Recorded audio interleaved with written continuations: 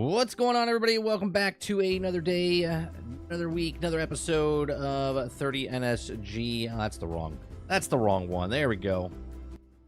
How's everyone doing? Hope everyone had a good weekend. We're back for another week. On today's show, we're going to be talking about the MCU's Comic-Con announcement of Robert Downey Jr. as Victor Von Doom. We're going to talk about PlayStation VR2 receives a price cut in the UK, and we're going to talk and watch about Marvel Rivals messy fun video from Skill Up. That's what we're doing this morning. We have other stories if we get to them. If you like what we do this Monday through Thursday from 10 o'clock in the morning till noon Eastern. If you like it, hit that like button, hit that subscribe button. If you'd like to go above and beyond that, become a member as little as $5. I added a new thing on the podcast on Friday. I asked Lono. I saw his little thing popping up about Q&A type of stuff. We don't do Q&A here. I just read chat and whatnot, so I was trying to figure out a way to do it. So I found a program, not the one that Lono had, because Demins, I think, made that for him. So we're gonna try something. I'm gonna put up, see if it works. Hey, look at that! It works. Good morning, 30 and chat. There he is, YouTube lurker, and then I can click it off. Oh, fantastic! This is fantastic. Let me check out the other one. There it is. Beautiful. Beautiful.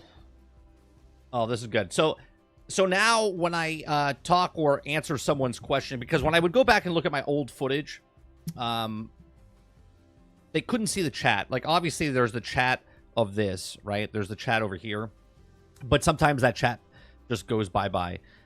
So what's it called? It's nice that it'll be on the actual screen. I have the program. We did it, Jones. We did it. So I was like, oh man, that's so nice that it just pops up, and every time you don't have to submit anything, you don't have to do anything. It just comes into my actual chat itself. I can just click on anyone's chat, and it can pop up. Right? So I can just click on yours right now, and it pops up. Ginger Prime has a program. Okay, like, so nice. And I think that'll be a big thing for you guys in chat as well. Yeah. So nice. Now, I have a question for you. Do we like it? I'm going to put yours up there real quick. Do we like it like that, where it's on the screen like that? Or would you like it where it's bigger and it's where it's down here like this? On my screen or on the total screen?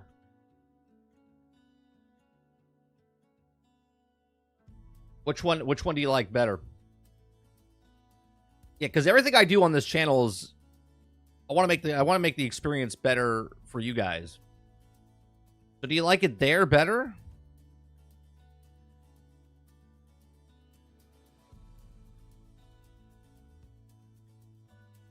See that? Look how nice that is. It shows your name. Right?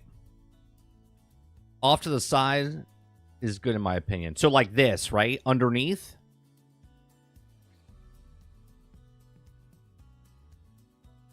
Because what I was trying to do is I was trying to put it like up on the screen of my screen, but I kind of like it down here. I kind of like this a little bit better.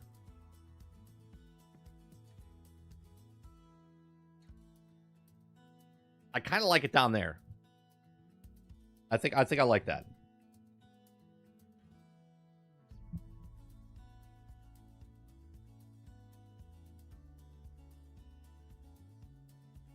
On your screen, it gets lost in the control sun, the total screen. Right. So okay. So on this screen then, here let's put up that or this. So you would like this then, instead of there, you want it like on the entire screen. So down here. Yeah, I think that's better, right?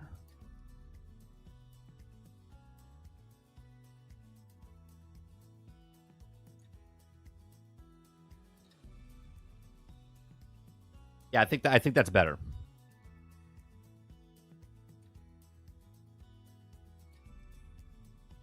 All right. Fantastic. I couldn't test it this weekend when I did it because you have to be live when you do it. So, all right, let's get to the show. So, how the hell is everyone doing? How's everyone doing? Everyone had a good weekend? I didn't play that much this weekend. I played a little bit of Disney Speedstorm. I played a little bit of Mario Kart. I played a little bit of Fallout 76, but Bethesda screwed up something big time. Remember that little glitch that was happening where the map was going over? Well, now there's a bunch of glitches happening inside of Fallout 76, so I'm kind of taking a little break from it because it's a little frustrating. And I played a crap ton of No Man's Sky. That's what I did this weekend. A crap ton of No Man's Sky. I played the Expedition. I got through Phase 1, Phase 2, Phase 3. We're almost done with Phase 4. That's been a lot of fun, playing that again, getting involved with that again. Just doing the Expedition, not doing anything else in that game, not doing a main game, not building a base, not doing anything like that. Just been playing through the Expedition, helping my son get through him. He's done with Phase 1 and 2, I think, or getting close to Phase 2. So just going through, doing the Expedition.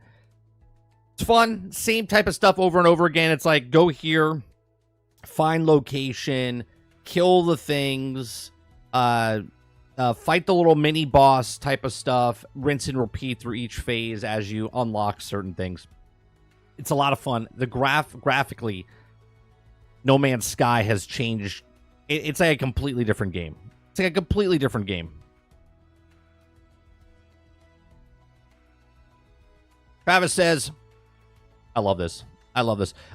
Travis said, Speedstorm is fun, but oh my god, those microtransactions are getting to be ridiculous. Here's the thing my son brought up, Travis. Here's the thing that my son brought up. We were trying to play Speedstorm, right? We played it months and months ago when it first came out. And when it first came out, you could pick all the characters when you're playing local play. Okay? But then they changed it, where you can only use the players that you've unlocked, okay, and they're the level that you made them, right? So there's certain things in Disney Speedstorm where if you don't have, let's say you need Mulan, and Mulan for this one section, it does a race with Mulan, and it says recommended level like 15, 16, and your Mulan is only like level 12, and you don't have enough things, then you can't do that race, right? Like, you can't do that race. And it's terrible, right? I get the single player, multiplayer stuff, trying to make you get the characters and whatnot. But if I'm playing local play, and I know they want to make money, but in my head, if you let me open up all the characters so I can play against my son or my daughter, I was going to say my daughter. I don't have a daughter. My wife, okay? Like, we should be able to play all the characters, and if I like those characters, then I'll buy microtransactions. Not me personally, but you know what I'm saying? Like, if I can use Buzz Lightyear during the local play, then I would buy characters. But if I playing multiplayer, then I can't use Buzz Lightyear because I haven't unlocked him yet. Do you know what I mean? Like, it's mind-boggling to me. Multiverses does the same type of thing, right? Like, you can't unlock all the characters and play. You can local. I think you can local play. I want to take that back. I don't know if Multiverses changed it where you can do local play now and use all the characters. I'll have to go back and check that. But Disney Speedstorm is ridiculous the way it does it. Roic says, I unlocked the Ultimate Descendant and farmed 4 more. Oh, nice. Morning, Roic. Water Bear says, what's up, guys? Robert Downey Jr. is back. Let's go. We're going to talk about that in a second. YouTube Lurker says, sorry, I was behind on normal YouTube window, and it put the question all the way at the bottom. I go to the pause the video, and your YouTube controls blocks the question. No problem, just saying. Ah, okay. So should we put this, like, at the top? You think that's better if we put it at the top? But then it blocks my head. Which one's better? So the YouTube controls block the thing. I'm okay with it at the top. If you pause the controls and stuff. What do you guys think? It hides the bald spot, so double win. Fantastic.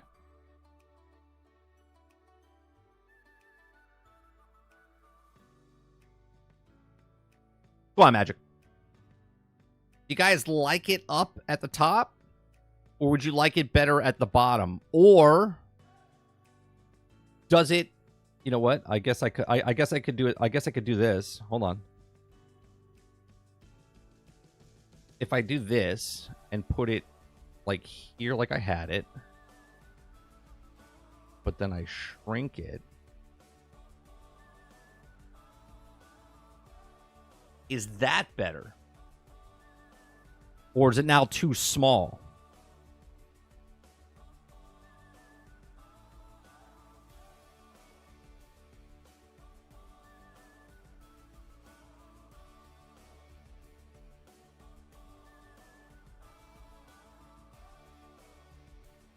Mo says still trying to get the Afterglow sniper.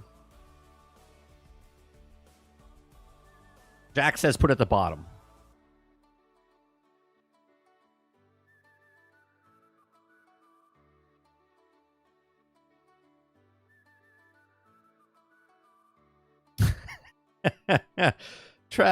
Travis says, I feel like I'm at the optometrist. Option 1 or 2?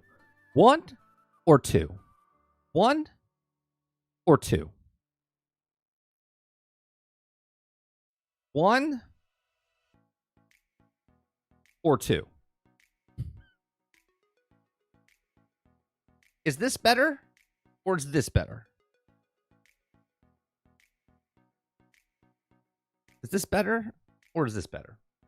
I think I'm gonna keep it at the bottom. I like it at the bottom.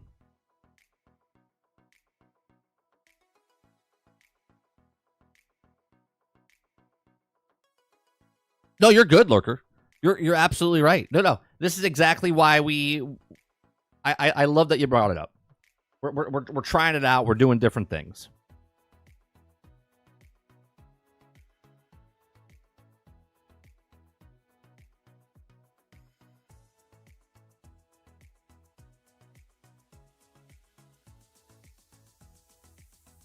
Asphalt Legends Unite is fun, 30, and less offensive with the microtransactions, in my opinion. Asphalt Legends. What the hell is Asphalt Legends? What's Asphalt Legends?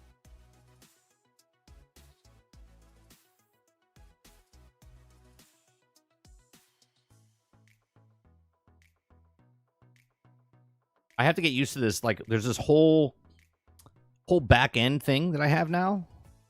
It's a mobile racing game. A new racing game. You got cool characters. I'll go back to Speedstorm for a second, Travis. Here's what I love about it, and I talked about it when we played it months and months ago. They've done the game, and again, we've talked about this all the time. Free-to-play games have to be good. Okay? Okay? They've done the game really well, but the microtransactions are so scummy. Okay? Like, the base of the game, there are so many maps and so many different versions of the map. So many different types of racing courses, different types of the backwards, different avenues to take, different modifiers they put on. They do a really good job with that, but they completely ruin it with the microtransactions. Z says, bottom of the pop-up looks good. Helps distract me from the splooge swirling around your head in the background. Nice. Yeah. You don't like that little swoosh that comes over here? Wrapping around? Tough shit. I like that. I like the little keeping the background moving. What's going on, Jojo? All right. So let's start off with Comic-Con, MCU, and what's going on, right? So Robert Downey Jr., this is how it happened this weekend. We're going to watch this. It's 2 minutes long. It's 2 minutes long. We're going to watch this. Let's get this. All right, let's bring this over here. Okay, let's watch what we saw this weekend, and then we'll have a conversation about it. Okay. Ladies and gentlemen, my friends, Joe and Anthony Russo.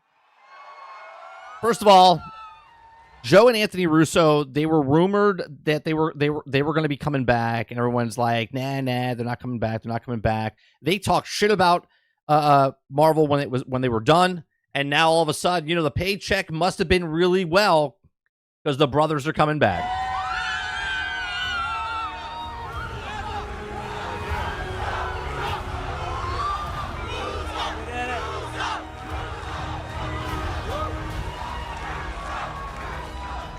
Oh my God, we missed you guys. No. There is one very, very important character that is let's required. Be honest. You didn't miss us. You missed the paycheck.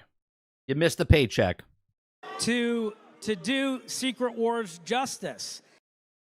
Ladies and gentlemen, as proof of the unimaginable possibilities in the Marvel multi-universe, we give you the one person who could play Victor Von Doom.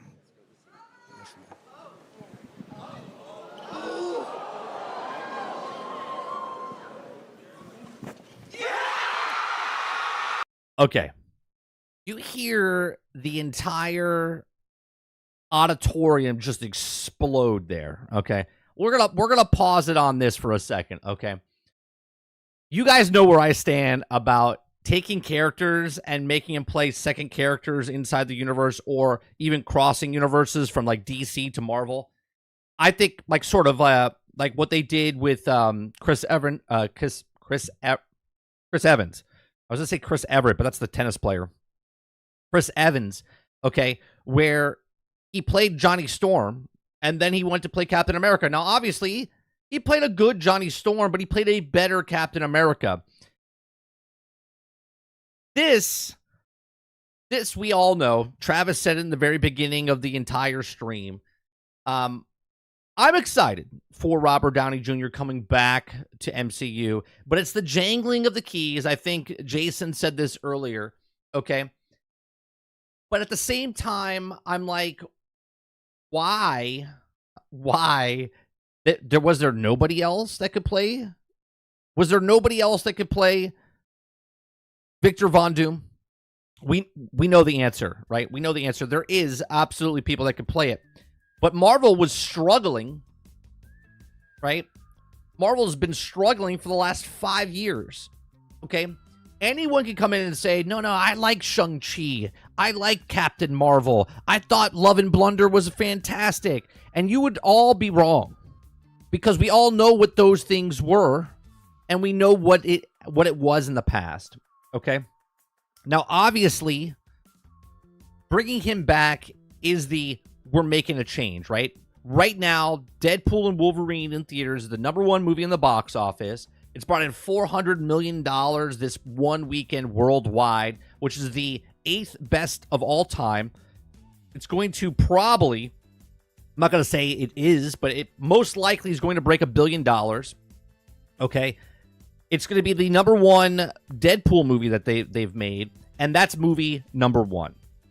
Right? In the past, I said they need 3 movies to come out to bring me back to the theater to like really be excited about the MCU again.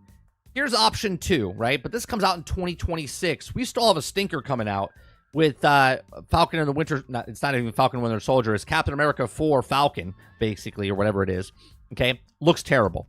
The TV shows that are coming out, Agatha, the show Harkness, looks terrible. Okay. We all know that they're trying to get us back in here, but I'm looking at this going, I'm confused, right? Because I love Robert Downey Jr. I love Iron Man. I love him as an actor. But I look at this and go, I don't know, man. Like, you're bringing him back as one of the villains I was most looking forward to. And are we saying, when you bring Robert Downey Jr. in, now, obviously, I know it's going to make a crap ton of money because people love Robert Downey Jr., okay? But are we saying that the Marvel Cinematic Universe can't survive unless Robert Downey Jr. is in it? He literally started it, and now he's trying to save it? I don't know, man. It seems a little weird. Travis, Travis says Chris Evans did this because he wanted to erase him as Johnny Storm. He hated that. True. True.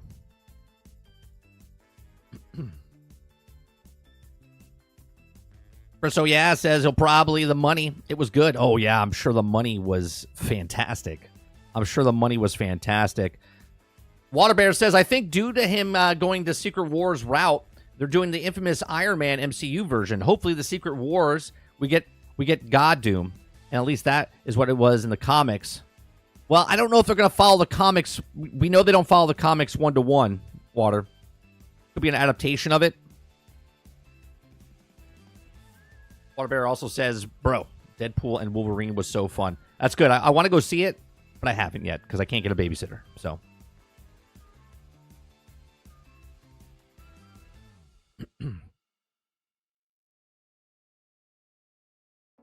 It all leads to Secret Wars. Sarge says, it's a call of desperation. Oh, we know what it is. It's the very first thing I said in the very beginning. Travis says, we know why I'm bringing it back. I said 1,000% is because they know they fucked up. Say it again, Sarge. Dolphin says, I know people that already saw Deadpool 3 times. 3 times. Good.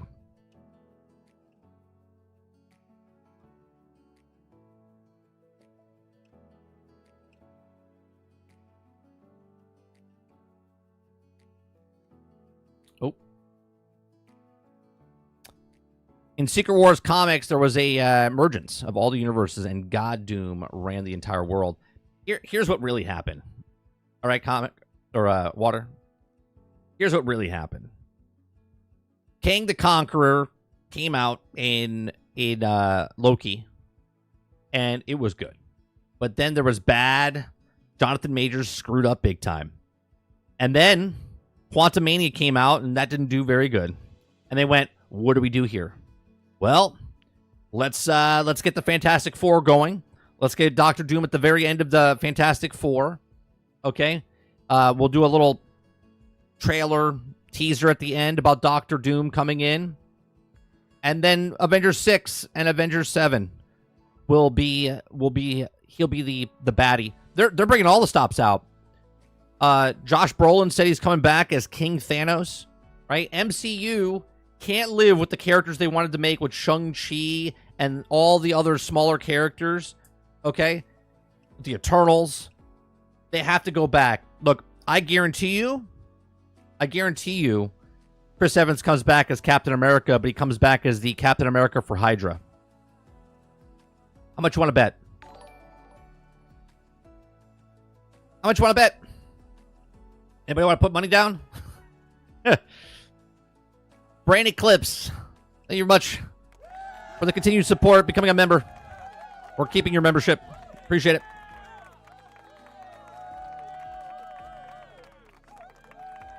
Well, Infamous Iron Man is Victor Von Doom as Iron Man, so it means he'll just be playing 2 characters in the universe, which is lazy writing. Yeah, I have a problem that they're using the same character. I hate the multiverses. I hate the multiverses. I hate it.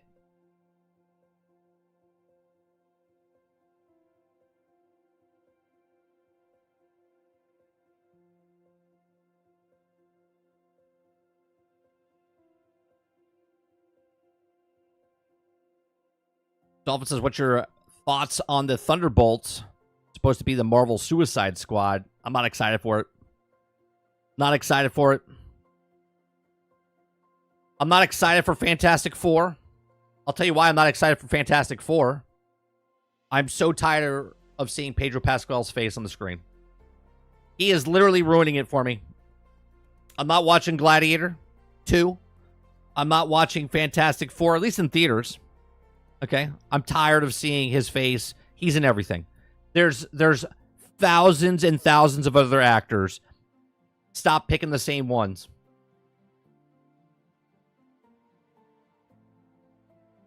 Travis says, I'll tell you what. It does. It makes me want to replay Midnight Suns. And in the words of Mel Brooks, it's all about advertising and callbacks, folks. Robert Jones says, I sure hope they're doing Multiverses Doom, or else this is really dumb. We'll see. Look, and I think let me play this. Let me play this again real fast, okay? Let me play this. Like, just listen to that crowd. Listen to that crowd. They don't care. They've put all things outside. They're like, that crowd is screaming because they know that the last 5 years of the MCU sucked balls. Okay? And they're like screaming their heads off because they're like, yes, yes, it's back, baby. And really, is it? I don't know. Water Bear says, what I think is Tony Stark that died was a Skrull. This is the real version of Tony. He's turned into Doom because he tried at all the superheroes getting shit on by the public. That's it. I'll take that. I'll take that, Water. That sounds like an awesome thing. Dolphin says, apparently the trailer of Thunderbolts was very similar to James Gunn's Suicide Squad. Well, that's not good. Brainchild says, does Doom in Avengers film mean Fantastic Four and maybe the intro of Galactus? Oh, yeah, they did a whole bunch of stuff. I think they're doing Galactus as well. Here's what I think. I'll put this out there. I think that he's going to be Doctor Doom, right? That he is a variant of Tony Stark, who is bad, who will then, they need him to beat Galactus. Okay, that's what I think they're doing. That's what I think they're doing. Oop. Let's see. What happened to Robert Downey being done? Well, he said if he would have to come back for the right part, and the right part was $20 million. That's what it was, and points to the back end. That was it. New mask. Same task. Same task, meaning saving the MCU, right? What can I tell you? I like playing complicated characters.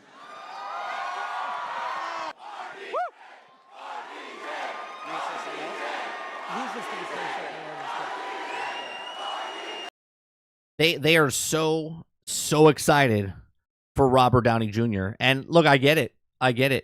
But my issue is actually let me get what you guys think, right? Let me get what you guys think. Are you guys excited? We could run a poll, right? We can run a poll. Let me run a poll real fast.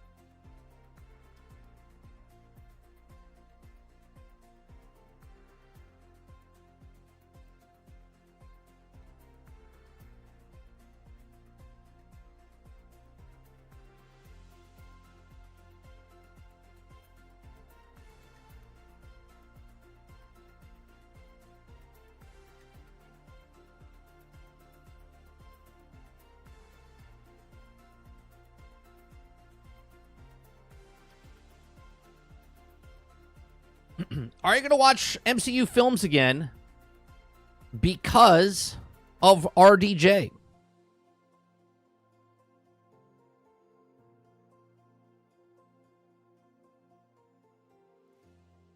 Let me know in the poll. We'll let that run. We'll let that run. They have a leaked trailer for Fantastic Four. It's not looking too good. Well, it's probably still in early. They're going back to film it and stuff. I don't know about how good of a trailer they could have. Jojo says Pedro Pascal needs to go. I'm just tired of him. He's done nothing wrong personally to me. I'm just tired of seeing his face.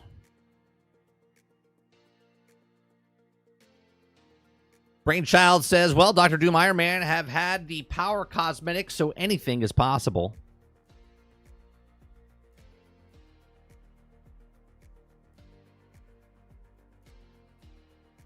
Waterbear says, I'm excited because of the direction they're taking it.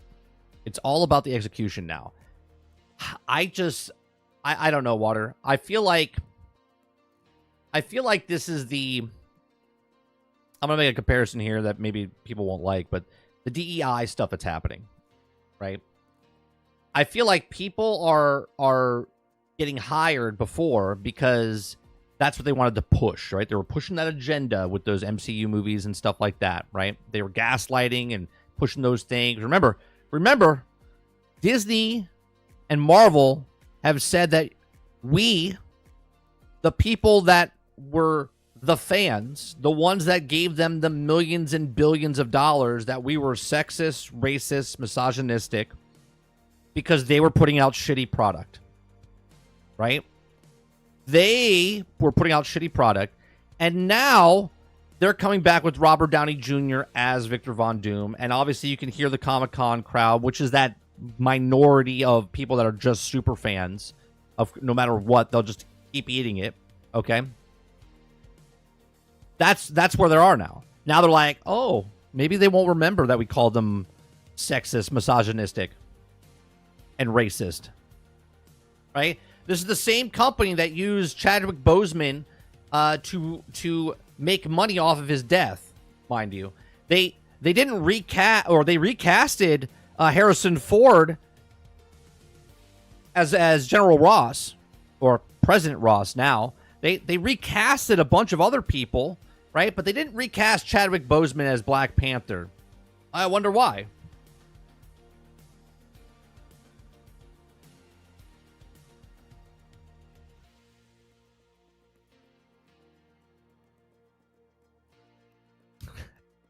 Dolphin says those people are acting like Robert Downey Jr. saved them in real life. He did. He did, Dolphin. They are so excited because their love of MCU might be coming back to life.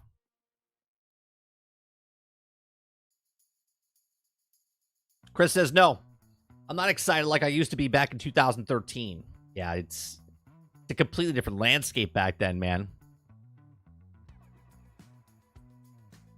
Travis says Pedro Pascal is the generation James Hong.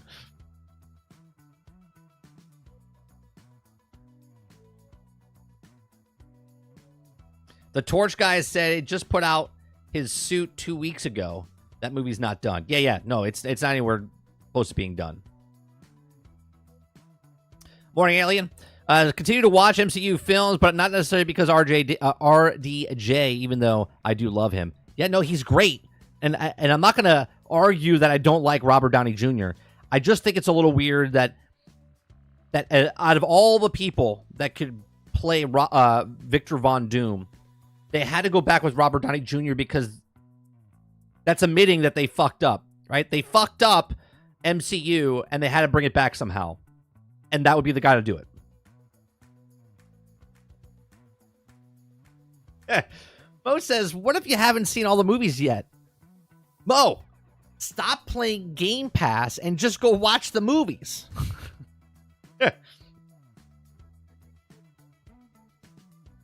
I love the new stream setup, 30. Thank you very much. This is what I exactly wanted to do. When I saw Lono doing the question Q&A, I was like, oh man. I was like, I need that. But I don't want Q&A. I don't want questions submitted. I just want to be able to click on someone's name and highlight it on the stream. Jason says Deadpool and Wolverine was the last one I'll be watching for the foreseeable future, and none of these announcements interest me. Yeah, when they did this years ago, Jason, when they were talking about like the 15 catalogs of movies they were bringing out. Remember when Blade was announced? What happened to Blade? They can't get a director. They've already fired 3 directors. They can't find a script, right? They tried to make the Blade movie about a girl. The movie's called Blade. It's called Blade.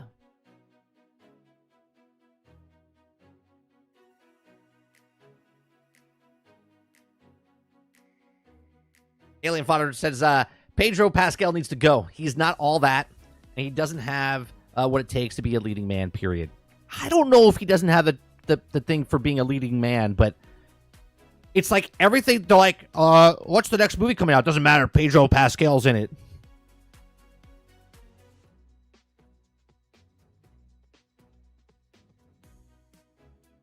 Travis says 30. Here's the bigger question. But can anything short of pushing Brie Larson off a cliff make sure about the Captain Marvel? Look, I think Brie Larson is fine as Captain Marvel. I just don't like the way they did the character, right? And she's a really sarcastic type of person, right? Not Brie, Captain Marvel.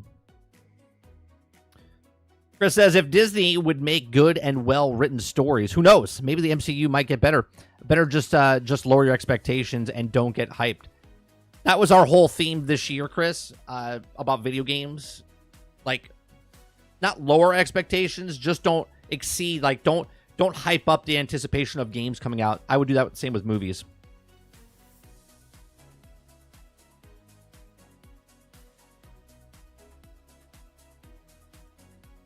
All right, let me see what you guys. Before let's look at the right now. Right now, it's 41% yes, 59% no. We're gonna let that keep running for people that want to come in and still answer and whatnot.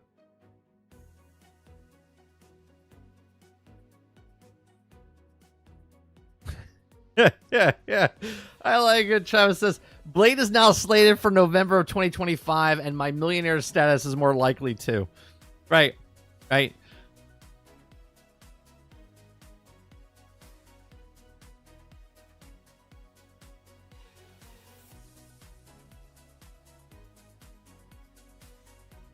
It's so weird what they're doing. Look, and I get it, right? So let's read an article real fast from Paul Tassi. He's talking about Robert Downey Jr. Okay. I feel like is the music too loud? I feel like the music is a little too loud.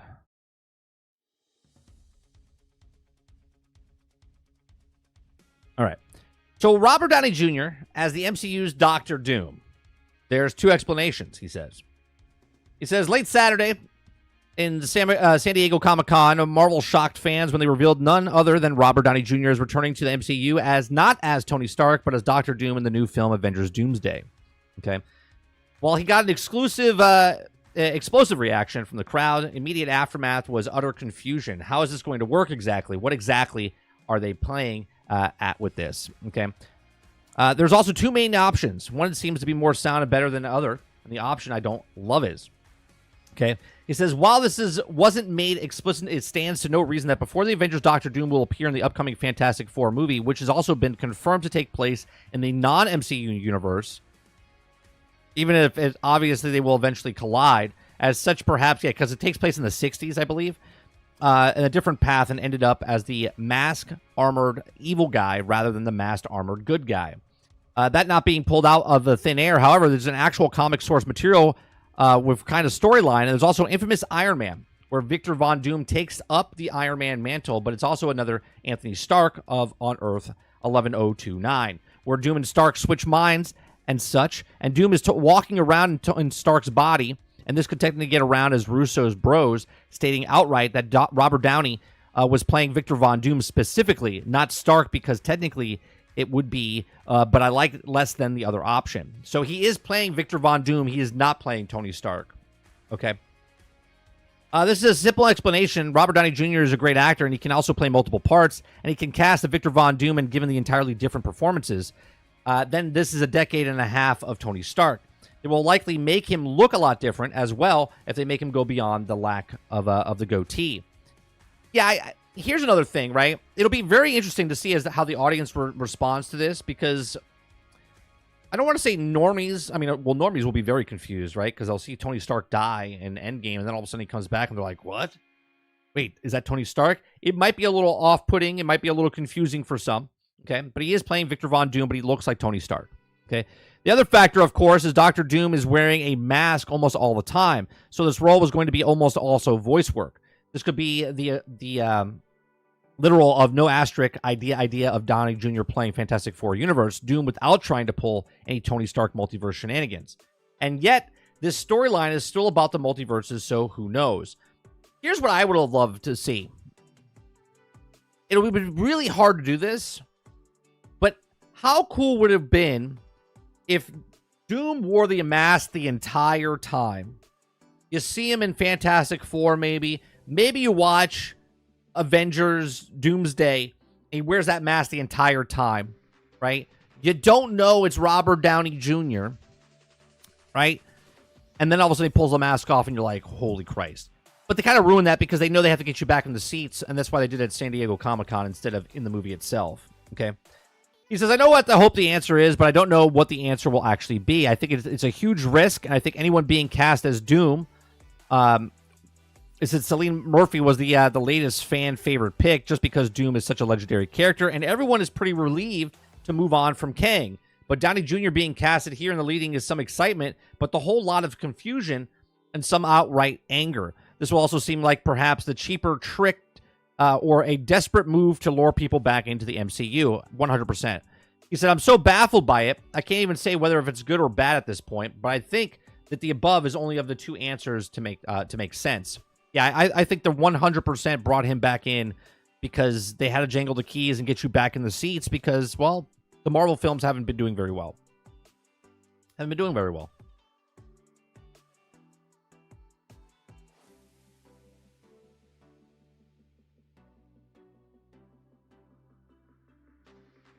Let me see what you guys are saying here.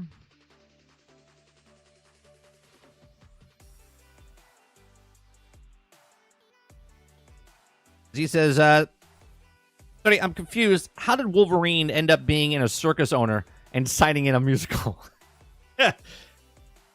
Logan's got a really good voice. I don't know if you've ever seen the sequel to Logan, where he becomes the ringleader of a circus. Yeah, in the multiverses. It's crazy.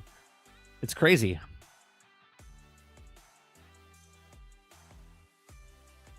The running title was The Greatest Wolverine on Earth, but then they changed it. It's Greatest Showman. Yeah, true story. True story.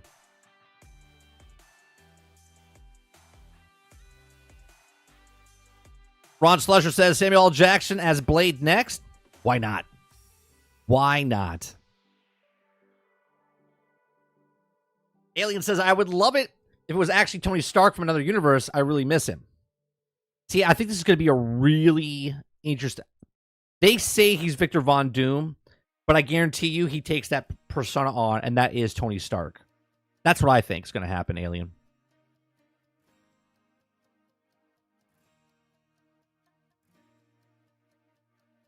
Oh, Kylo, yeah, absolutely. No, I actually do like... I think it's funny, though, right?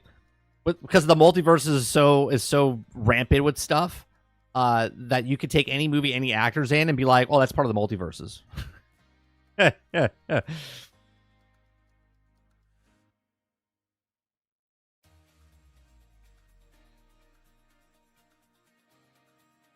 Yeah, it looks like with our small little population here, okay, our small little population that we have here, 62% are not excited. Right? You're not going to watch the MCU films again because of Robert Downey Jr. Now, I know it's a little weird question because we're talking about Robert Downey Jr., and obviously there's other questions. Like, if you watch Deadpool, you watch another Marvel Cinematic Universe. The question is, him coming back to the MCU, are you excited for the MCU Phase 5 and 6 and whatnot going forward?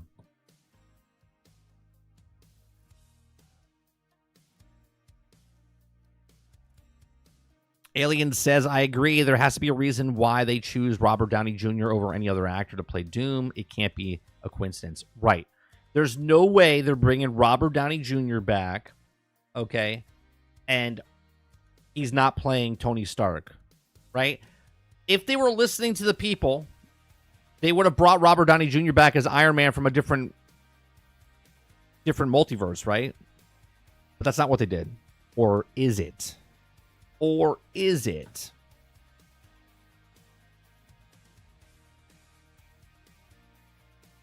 Here's the thing. You know what's funny? My son was just watching the old episodes of DuckTales. And DuckTales, he was literally watching it this weekend. It comes to mind with this. There was a product. I forget what's his name that played Gizmo Duck.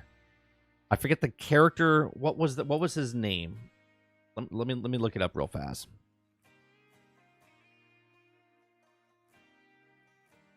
Gizmo Duck.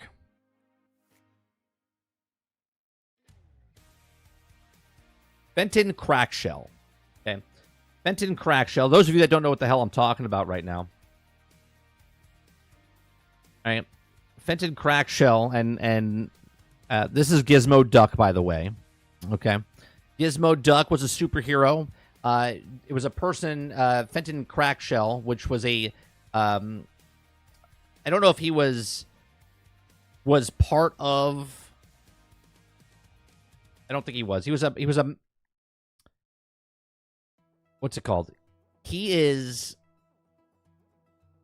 an employee of Scrooge McDuck, and he didn't get a lot of respect or whatnot, but he created and found Gizmo, and he made Gizmo Duck. Anyway, the point of what I'm trying to say is, to try to become rich and famous, Fenton Crackshell created a product, and I forget what the product was called. He created a product before he made the product, and got people so hyped up and so amped up about it that they sold out before they even made a product. Okay, so he had to go to Scrooge McDuck and say, hey, I sold this, but I don't have it. So they made it, went to a scientist, and they made it. And it was a gum. But there was a fault with the gum. It made people float. Okay? Now let me bring it back down to MCU. They just came out and gave you the product before they made the actual script. They gave you the product before they knew what the fuck they were doing with the actual product.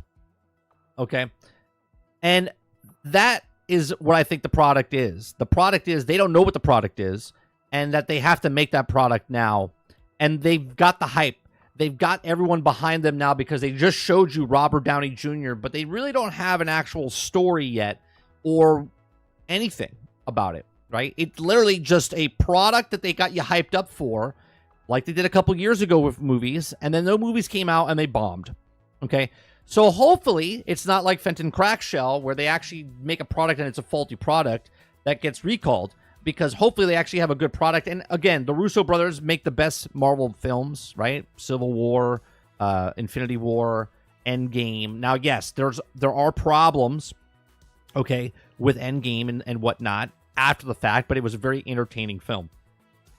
So we'll see what happens with them in the future. But hopefully they don't do what they did in DuckTales from like 1987, okay? And make a product before they actually made the actual product. Or hype the product before they make the product. Z says that I love the fact that Robert Downey Jr. is coming back to do more acting, but the wedged it in to make it part that it was already when instead as of recasting bothers me.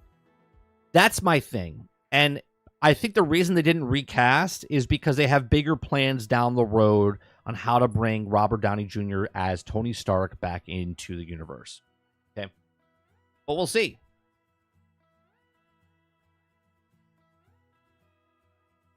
Eclipse says, the only way I will accept this is if they do Anthony Stark's storyline where Victor Von Doom puts his brain in Tony Stark's body.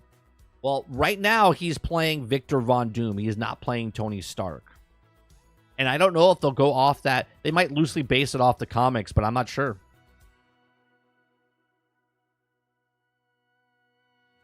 Water Bear says they better have a story. They have 2 years to get their shit together.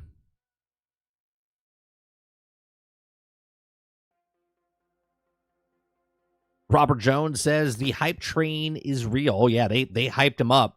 Now they have to deliver. Now they have to deliver.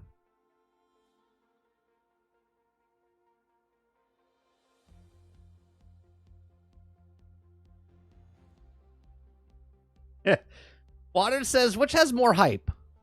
This or Star Wars Outlaws? I mean, Robert Downey Jr. on stage doing this is more popular than Disney's Star Wars Outlaws right now.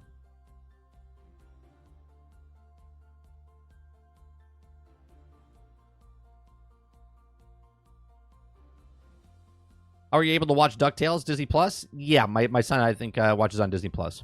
He loves it. He's binge watching the old DuckTales. I was like, because he watched the new one. He watched the new one, And then he saw the old one, and then he came up to me and said, I don't like the new one. I like the old one. I go, of course you do. Yeah, there's a new DuckTales. There is a new DuckTales, Jones. The animation style is a little weird. But I don't even go by that, right? Like, the animation style, I don't care, right? It's like graphics in video games. If the story's good in a show, I don't care what it looks like.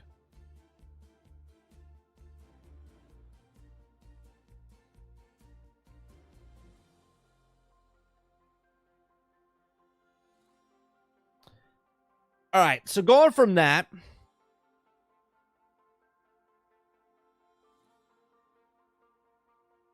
we're going to go to the PlayStation VR. This is a short story, small story.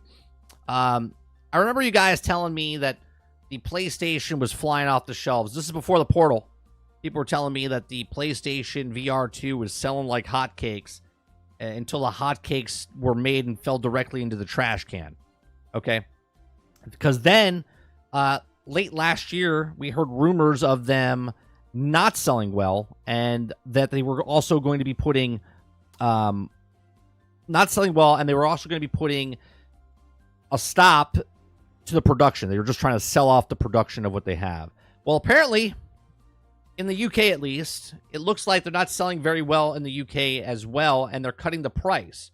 Not only are they cutting the price, but they're also adding the app now that you can actually play your games on the actual headset. So if you like what I do here, we just cover news stories, have conversations, interact with chat 100%. If you hit that like button, it helps us out here. If you hit that subscribe button, it helps us out. And also, if you want to go above and beyond it, become a member as little as $5. We do this Monday through Thursday from 10 o'clock in the morning to about noon Eastern. We do live streams, uploads, gameplay, and podcasts on this channel. All right, so PlayStation VR2 receives a huge UK price cut ahead of a Steam app release. The headset is at the lowest price ever. Now, obviously, this is only in the UK. This is not in the United States as of yet. But the PlayStation VR2 has set a huge price cut, and its biggest ever, ahead of the release of the PC capability of this device. Now, the headset is currently available on Amazon, and the up to 36% off at the time of writing this article. Just to let you know, the article was written on July 26th. Okay. It says the writing of this headset is $349, down from $529.99 on Amazon. The bundle deal is also included. The Horizon Call of the Mountain has received a similar price cut, and the headset is even cheaper in Smith's, coming at $329.99. Now, the PlayStation VR2 is getting a PC support next month, and the PlayStation VR headset PC adapter will also be required. The adapter will be released on August 7th and will cost $59.99 or £59, or also select a retailers and directplaystation.com where available. And players will also be commercially available to DisplayPort capable, sold separately. And this is capable with the DisplayPort 1.4, as well as Steam account and a PC that also meets the minimum requirements. Now, Sony has also said the features like the HDR headset feedback, eye tracking, adaptive triggers, haptic feedback, and other rumbles will not be available when playing on PC. And in October, Sony Interactive Entertainment Censor Vice President, Censor. I said Censor. I meant Senior Vice President, head the global marketing, Eric Lampel, described the VR as meaningful business for the company, but one that was yet to be reached its potential. Okay. Now, the VR category is also important to us, and Lampel said that the category can also help us innovate. It's never going to be the only way people play games, but I'm also happy with it where it is. This is a great experience to have the consumers like it, but it's also a very niche business for them, right? So I said when it first came out, it was overpriced, and that the price point for a headset, for the VR headset, is that $300, $400 mark. So much so that MetaQuest is doing their part, where they're doing a whole bundle where you can do monthly payments for the MetaQuest, and does a two-year deal, and you can get a much better headset, in my opinion, where you can play games, standalone games, and also your PC games on the MetaQuest 3. Now, I don't own a MetaQuest 3. I own a MetaQuest 2, but that MetaQuest 3 monthly plan is definitely more intriguing than buying a PlayStation VR 2, because I have to buy a PlayStation on top of that, right? So not only can you get a cheaper headset with the MetaQuest headsets, but you can also get a better experience for cheaper price. And again, this is only in the UK.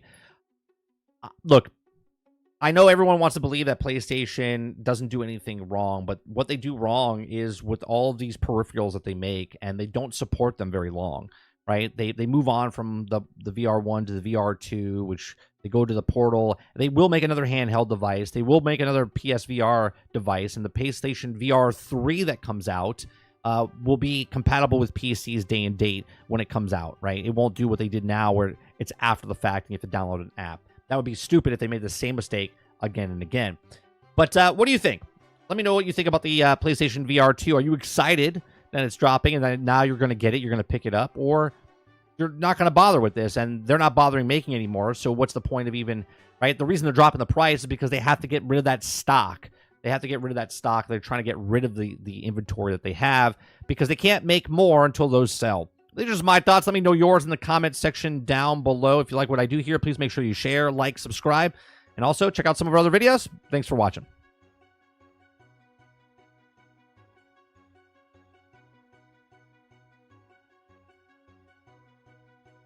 Ron Slusher says all headsets should be free. I don't know how they would make money on that, Ron, but okay.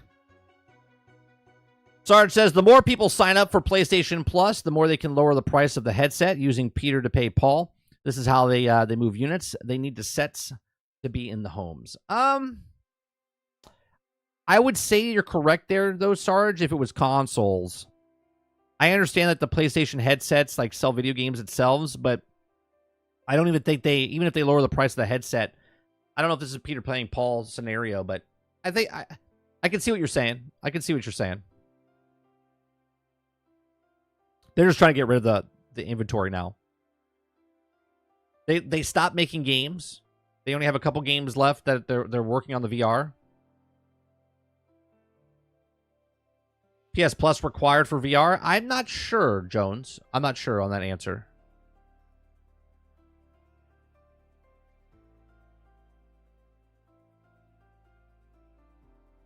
Dolphin says, idiots should just ask Amazon to make their accessories. Cough, Xbox.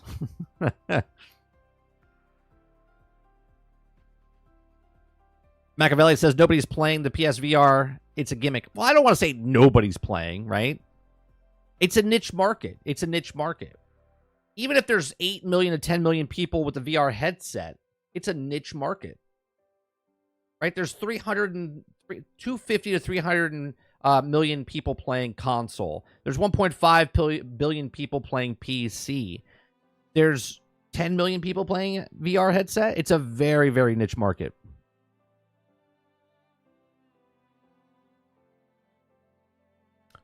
Cool Bama Guy 79 says the MetaQuest 2 scratches my VR itch just fine. Yeah, mine too. Mine too. I put it on about once a week and play some games and do and whatnot. I like it.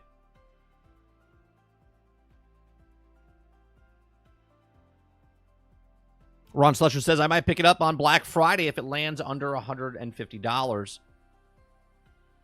I think the sweet spot if they really, really want to sell VR headsets, $250. $250, $300.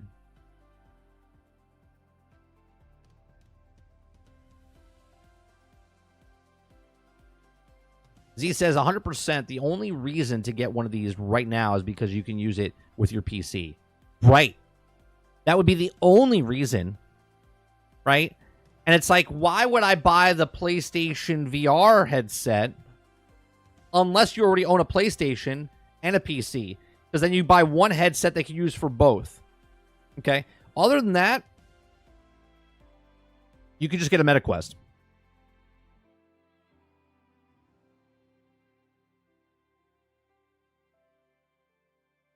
Travis says, 30. Who, if anyone, would you put in charge of a Daredevil or Punisher game? I think you have to have it third person, right? I don't want a first person Punisher game or a first person Daredevil game. So who would I give it to? I'm trying to think. I think Massive would actually be a good deal. Oh, you know what? Well, Respawn. Yeah, give it to Respawn. Give Respawn the Daredevil game. and maybe even a Punisher game. But I could see Massive making a Punisher game. Or how about this? What about if you give it to the Coalition? The guys who make Gears?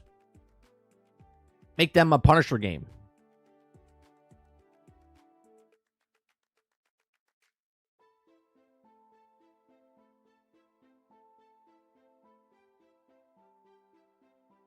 Robert Jones. Oh, wrong one. Robert Jones says, can they PlayStation VR play non-PlayStation games? Yes. After the app comes out that they're now putting out there next month.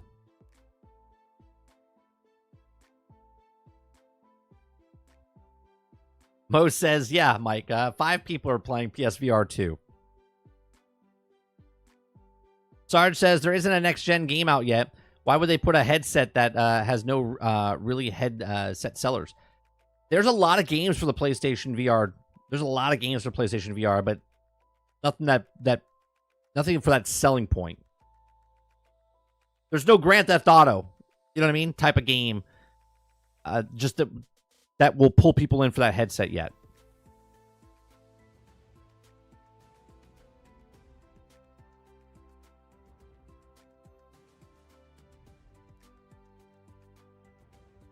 My only complaint is No Man's Sky isn't on MetaQuest 2. Well, you can play it. You can play it inside of the headset, but through Game Pass, but not VR style.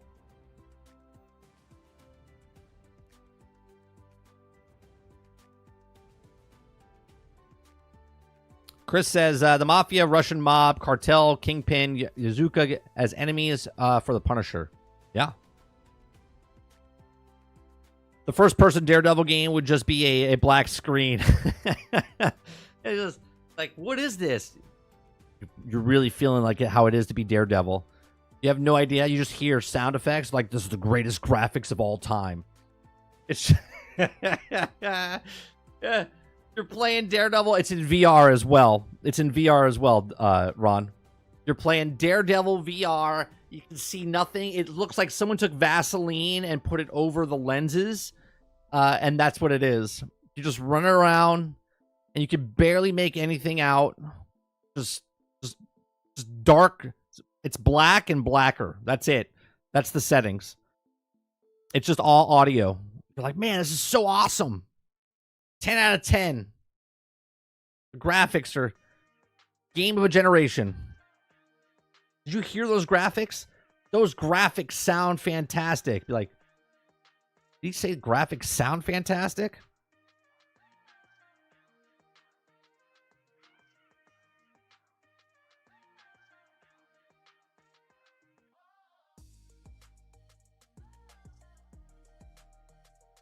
Yeah, the Coalition for Punisher, that's just a great fit. Yeah, 100% it would be.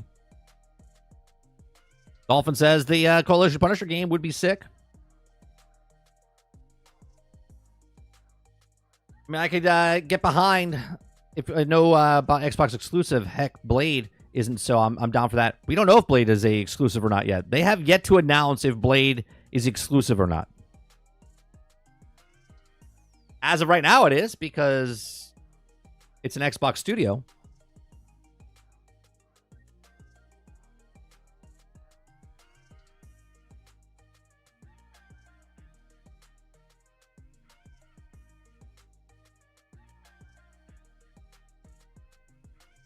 Obama says you can play No Man's Sky on PC, though, through Steam VR. Right. You can get the connection. You could hook up your Quest with a cable to your PC, and you can also play it through that as well. Or you can do the Steam VR through the MetaQuest.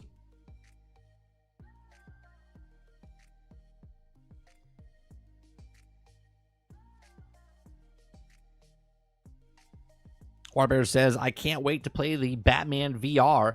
Not really, but it does seem like it's interesting. You know what I think is funny? We had this conversation last week, Water. I forget who was in the conversation we were talking about. If you're here, let me know. But we talked about it last week, right? We were talking about how Suicide Squad wasn't the game that anyone asked for. And then there was a Batman game that came out, and everyone's like, well, this is not the Batman game we asked for. They're giving you another Batman Arkham game, and yet people are like, well, that's a VR. That's not what we asked for. But yet, there's the game, right?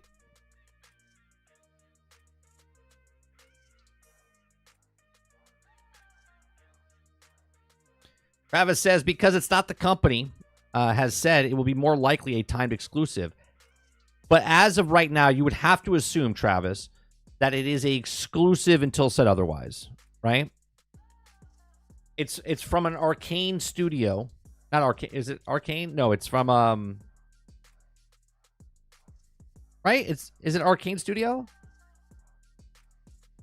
But it's from Europe, or I forget what the hell the company's name is now. What was the one that just closed? What was the one that just closed in Austin? Or got moved? It was Arcane, right? Yeah, it's okay. Yeah, Mo. All right. Yeah, I was like, isn't it Arcane? Yeah, that's a Xbox studio. So you can't be right now. Like here's a perfect example about getting your expectations high, right? Right now it's an Xbox studio. It's an Arcane studio, okay, from France, I believe, okay? And it's owned by Xbox. So you would have to assume that the game is Xbox only, unless told otherwise. To be here today and go, oh yeah, it's going to be out, it's a time exclusive, and then when it doesn't come out, you're going to be like, oh, it's so stupid. Like, that is the perfect example of don't make your expectations and then be ruined by them. It's automatically a exclusive right now because it's an Xbox title.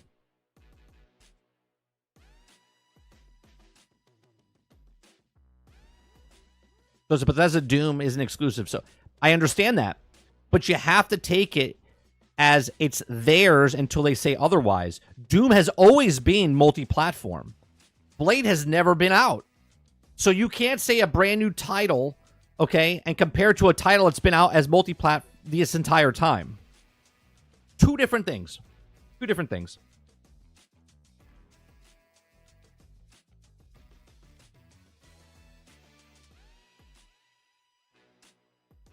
I don't assume anything anymore unless the company tells me it or it isn't. But you're assuming that it's a timed exclusive. So you are doing exactly what you said you don't do. Right?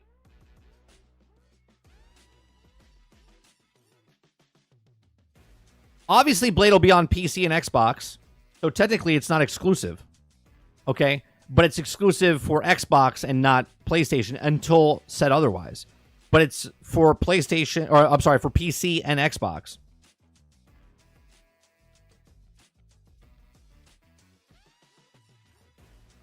But it's not staying just for Xbox. See, that's the difference, right? Anytime Xbox comes out with a game, it's automatically on PC. It's multi-platform from the start. PC and Xbox.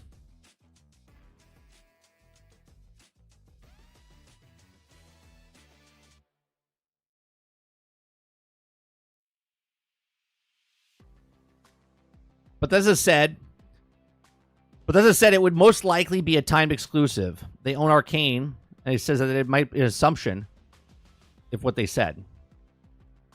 Again, I wouldn't be getting yourself excited for a game, especially if you don't own an Xbox or a PC, and then get disappointed when it doesn't come out. That's all I'm saying. That's all I'm saying.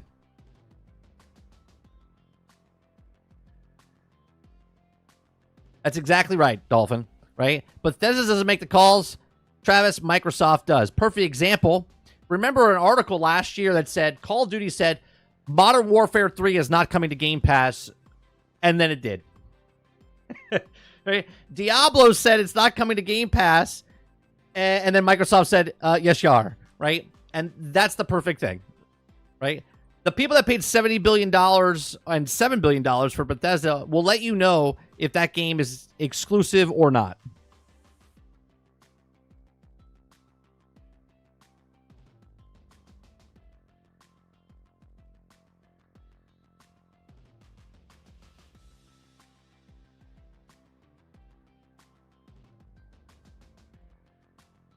Make sure you guys hit that like button. We're a small company of a stream. You know what I'm saying? Like, nobody knows us. There's people that are million viewers, right? And people haven't heard of those people. So make sure you hit that like button. You just hitting that like button lets YouTube know that, hey, look, there's this many people that like this. Let's send it out to other people, and maybe they'll like it as well. Travis says, I mean, COD and Diablo being on Game Pass makes sense. They both suck. Doesn't matter. Doesn't matter. They didn't have a choice of being put on there or not. They were told to be put on there.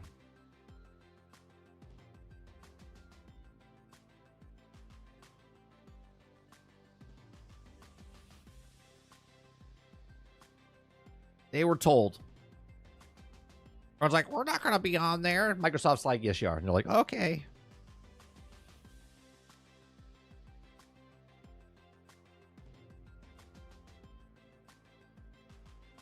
All right. Speaking of Marvel, actually, let's before we go to that, let's go to this one. Speaking of games that nobody likes right now. Okay. Nobody's wishlisting Concord on Steam. Not a good sign. Not a good sign.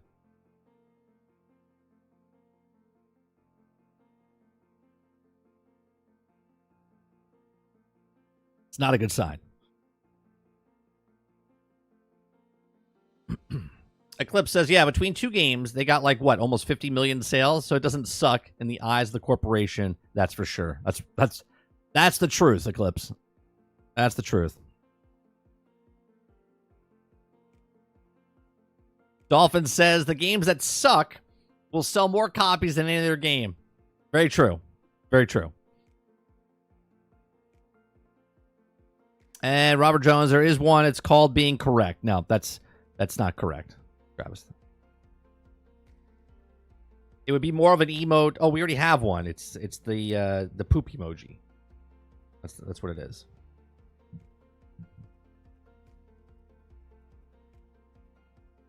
Jack says they canceled factions for this. Think about that. Did they really? Is that what they canceled factions for? They canceled factions for this?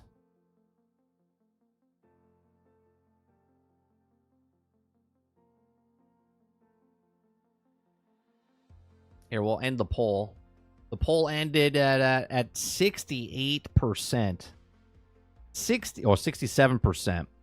67% of the people are not excited about the Robert Downey Jr. Announcement and going back to watch MCU. All right, so let's go to Concord here. I haven't played Concord. I only gave my thoughts and opinions on Concord when we saw it at Summer Game Fest. And when we watched it, I went, it looks like Destiny. It looks like Destiny, Crucible.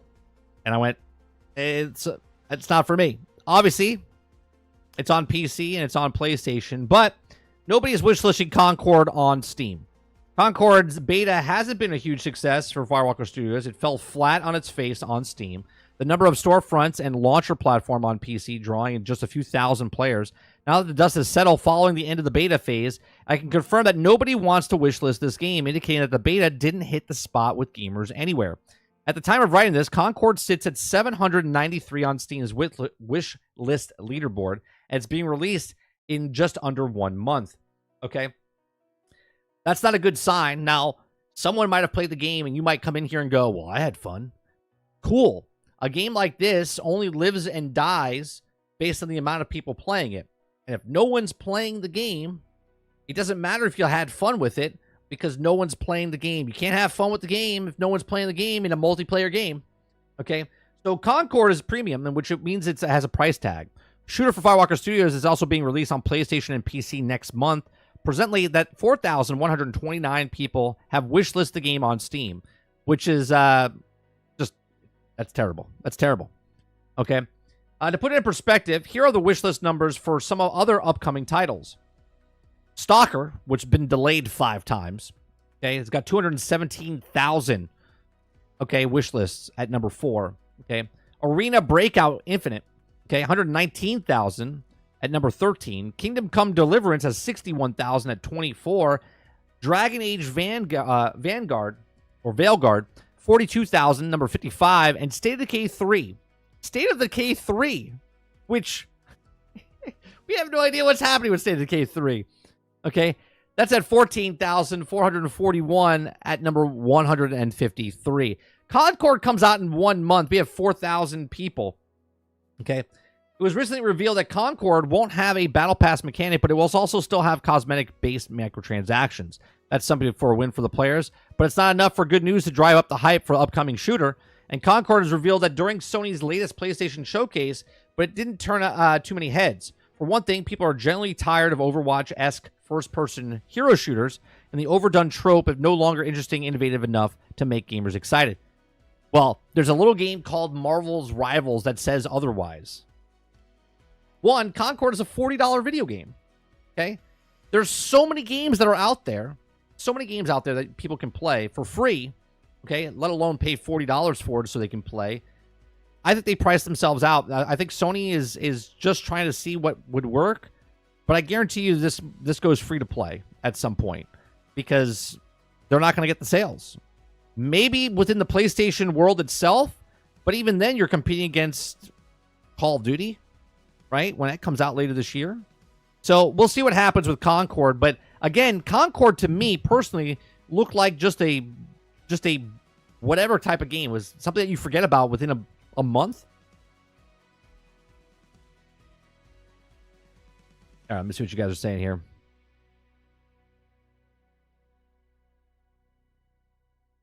This weekend I had over 50,000 people playing Marvel Rivals. And that's a closed beta, and the game that had to open beta only had 5,000 people. Right. There would be more people, Eclipse, to play Marvel Rivals if we could get a fucking code, right? I had a code, right? Or I didn't get the code.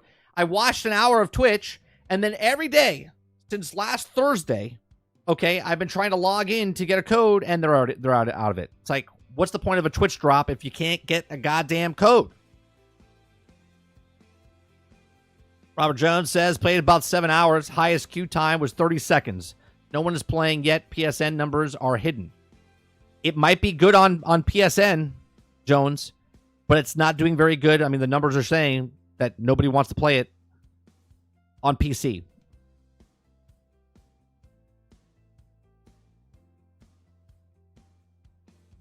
Travis says, to be honest, 30 Stalker is about as much of a real game as Transformers Reactivate, isn't it?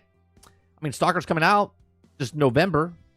Transformers will come out sometime in 2025. It's real.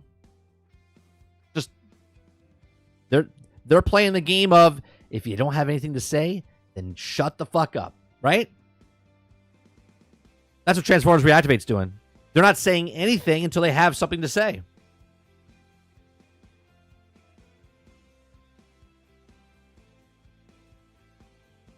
Rivals, Sarge says Rivals equals Flash in the Pan, done in 3 months. I don't know if it's done in 3 months. I think Marvel Rivals lasts a lot longer than that.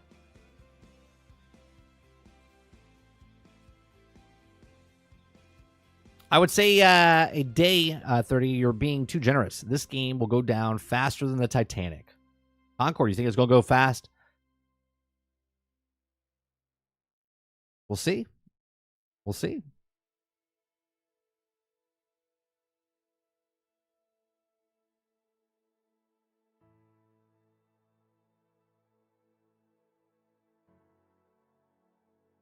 Well, we don't know when the release date is yet, Sarge, for Marvel Rivals. And we'll see. And I've said it in the past, if a game comes out and it's a generic game, and Overwatch when it came out was a generic game. We didn't know the characters. We know the characters now over the years. But if they had a game, 2 games came out. One was a known IP, and one was a generic. The known IP would be more successful, right? That's just how it is. Overwatch, I think Rivals is hitting at a correct point.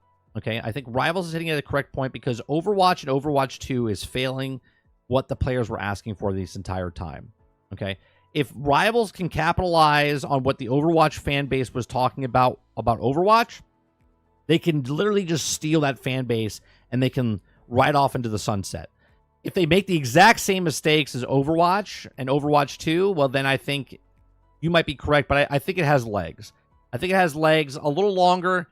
It's got way more legs. I think Rivals has more legs than Concord does. That's for sure. That's for sure. I'm not saying that that Rivals will be here 5 years from now. It might as well. It might be. But what I'm saying is, between these two games, Rivals and Concord, Rivals is much, much better because people know the characters instead of these nobody knows the characters of Concord. Nobody cares. Nobody cares. We're about to talk about Marvel Rivals in a second, so. Jason Marshall agrees, says Sarge, flavor of the month for sure. Waterbear says Rivals is basically Overwatch with Marvel skins. They all play the same. Yeah. You don't have to change the recipe. You don't have to change the recipe. I'm telling you, if Destiny came out and it was Transformers with Destiny's, like if Destiny had Transformers skins on Destiny, better game. Look at Starfield. Starfield's a better game because I can play as Star Wars characters. Same game, just with Star Wars characters. It's more. It's better.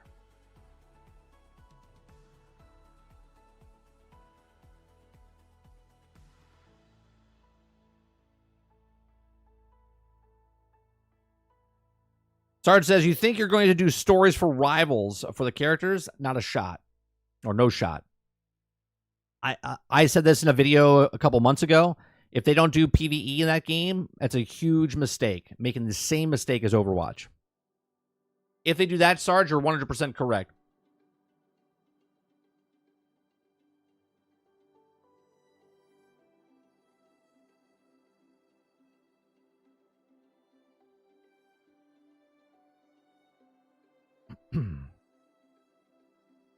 Eclipse says I've liked 10 hours of the game, and I'm loving it way better than Overwatch, in my opinion. Even though if it plays the same. Eclipse, do you think it's better than Overwatch, or do you think it's better than Overwatch because it's Marvel? Truly asking. Do you think, because when I played it, it feels exactly like Overwatch, but I believe it's better because of Marvel, not because it plays better. I think it plays the same. I think it plays the exact same.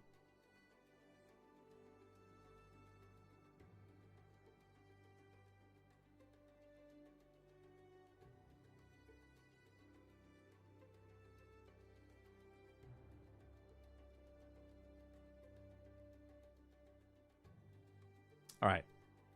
Let's watch skill ups. It just flows better for some reason. It flows better for a reason because you know the characters. I'm telling you guys like Marvel Rivals better than Overwatch because you know the characters. The fantasy of playing the characters is better than just playing a character you don't know.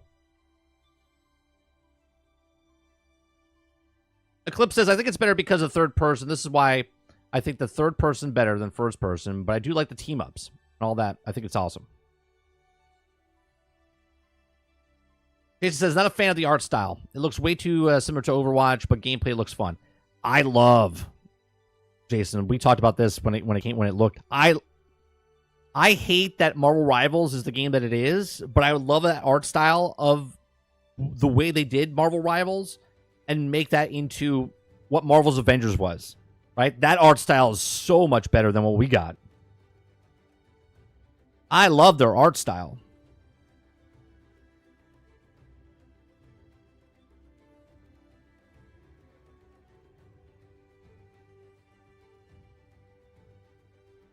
Let's wait for the honeymoon phase to end. The honeymoon phase is... We don't even have the game out. We don't even know when the release date is for Marvel Rivals.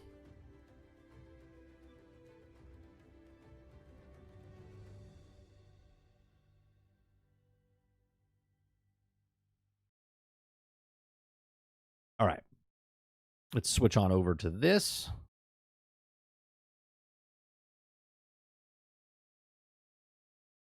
All right. All right, we're going to be watching Marvel Rivals Messy Fun, beta impressions from Skill Up, and obviously we'll pause and stuff as we have comments. This video is brought to you by NVIDIA, market leaders in cutting-edge GPU hardware that delivers unparalleled performance in new and upcoming games like Marvel Rivals, Kinutsugami Path of the Goddess, and Final Fantasy XIV Dawn Trail. Stick around to the end of the video to learn more about how NVIDIA's hardware and technology will transform the way you play. Marvel Rivals, alrighty, this is a pretty interesting one to talk about. It's all about the layout. Come on, Akuta Papa. Yes, we're gonna do layers with this one. The first layer of the discussion is how much of this is like Overwatch, and the answer is a fuck ton. There is so much Overwatch. A fuck ton. Oh, that's a lot. That's a lot.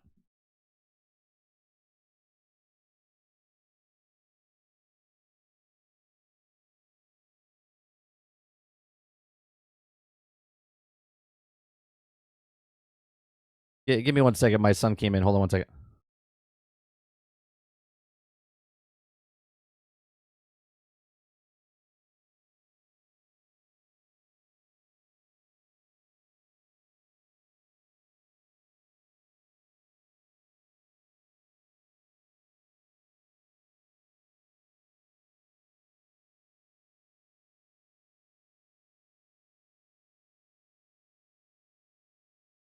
Yeah, so how much of this is like Overwatch? He says a fuck ton. So let's continue. Overwatch baked into this that it feels, I'm not going to say like cynical because I think that's unfair, but it's deeply derivative in a way that doesn't do this game any favors because it's naturally going to invite Overwatch comparisons, and Overwatch is a straight up better game than this by every metric. Outside of the appeal of Marvel characters, I don't think Marvel Rivals makes a compelling case for why you might want to play this game instead of Overwatch if you were looking for something like Overwatch. The second layer of this discussion is peeling back that very surface level analysis of this is just Overwatch with Marvel characters, because there's so much of this that is like Overwatch that it's easy to just keep the conversation at that level. But if you really spend some time playing this game, you're going to see that there are some profound differences in terms of core underlying mechanics, and collectively they result in a game that is fundamentally different. What is he factually wrong about, Travis? Overwatch is shit compared to this game? Well, this game wouldn't exist if it wasn't for Overwatch. Just saying. Just saying. If it wasn't for Overwatch, then this game wouldn't exist. From Overwatch. I'm talking about movement, about feedback, about visual clutter, about pacing, about the damage, health, and healing economy. Personally, I do not believe that Overwatch fans are going to be drawn to this because Marvel Rivals is delivering something that is sloppier and less strategic, providing less room for individual agency and demanding a lower skill cap. This looks like Overwatch, but scratch away at it just a little and you will see that this is absolutely not Overwatch. The third and final layer in this discussion is divorcing ourselves from that Tell me you look at Punisher there and don't think of what I just said about Coalition making a Punisher game. Come on. Overwatch comparison entirely and just being like, is this fun? Is this gonna work? And yeah, I actually firmly believe that this is fun, and I do think it's gonna work. I personally don't like this because I need my shooters to feel better than this feels mechanically. But I can absolutely see how it's going to find an audience, given its incredible presentation, its remarkable polish, the genuine tension that can occur in each round, the expansive roster of heroes and... Punisher is he's not basically 76, he is 76. When I played the beta, he was 1000%, okay, Soldier 76. I was playing him, and I was dominating. I had like 70 kills on one game. I shit you not, 70.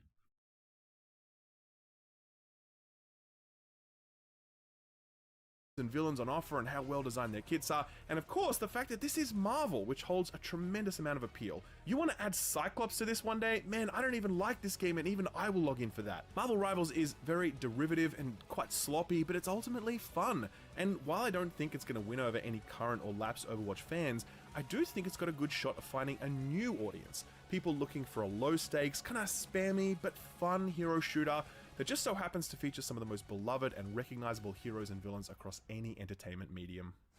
It's exactly right. It's exactly right. It doesn't matter if it's exactly like Overwatch, if it's worse than Overwatch. It's a game that people love the characters. And there's so many characters. Hence why I made a video. When the game comes out, it needs to have as many villains and heroes as possible when the game launches and then add more to it. I think they had 19. And I made a video about 3 months ago saying they need to have at least 40 at launch. 40 at launch, and then add some more. Let's deal with the elephant in the room first. Marvel Rivals is just Overwatch with a Marvel skin. That statement is true on multiple levels, absolutely, and anyone who says otherwise is having a laugh. Okuda Papa says, 30, did you basically copied Overwatch heroes and put new skins on them, right? But with our conversation that we always have, Okuda Papa, right? Even years ago when I said, Give me Destiny, but give me Marvel's Destiny. Give me Transformers Destiny. Give me, you know what I mean? Like, those games, to me, would be more interesting than Destiny was. If you just take Destiny exactly as is, everything about Destiny, but you take those characters out and put characters that I actually know in there, that's a better game to me. Feel it in the overall structure of the game, which is a 6v6 PvP hero shooter. You feel it in the game modes, which are very often about pushing a payload or capturing a point. You feel it in the hero kits, which we'll talk more about soon, but many of them are essentially remixes of Overwatch kits. You'll feel it in the reliance on super abilities to break stalemates. You'll absolutely feel it in the level design, with levels that not only look like Overwatch, but also feel eerily similar in their layouts, their choke points, their elevated spots, etc.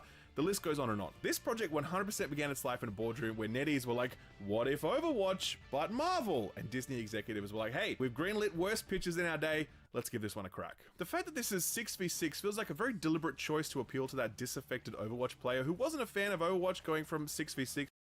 Well, Mo, right?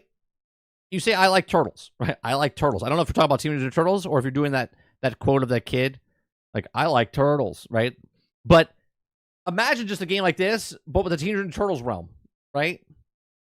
People be interested in that because they like turtles. To 5v5 with Overwatch 2. That was a deeply unpopular decision that felt motivated by a focus on competitive play, and it also resulted in 6-person squads kind of having to drop someone or rotate in and out on a given night. It was so unpopular that just today, as I write this script, Blizzard announced that they were testing a return to the 6v6 format. They are currently testing that at the moment, and based on that feedback, they may make Overwatch a 6v6 game again, completely invalidating one of the main reasons that Overwatch 2 exists as separate from... If that's true, that is so stupid. See? They don't know what they're doing at Blizzard anymore. They literally got rid of 6v6 to go to 5v5, and now they might be putting 6v6 back because Overwatch 2 was meant for, oh, we got rid of 6v6.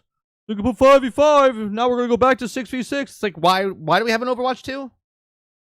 Why do we have an Overwatch 2? From Overwatch 1, cementing its status as one of the most disastrous and most needless sequel launches of all time. Anyway, I digress. The point is, Marvel Rivals is 6v6, and that's almost like putting up a flag saying, hey, remember when Overwatch was good and it was a 6v6 game? Well, that's what we're doing, so come join us. Right.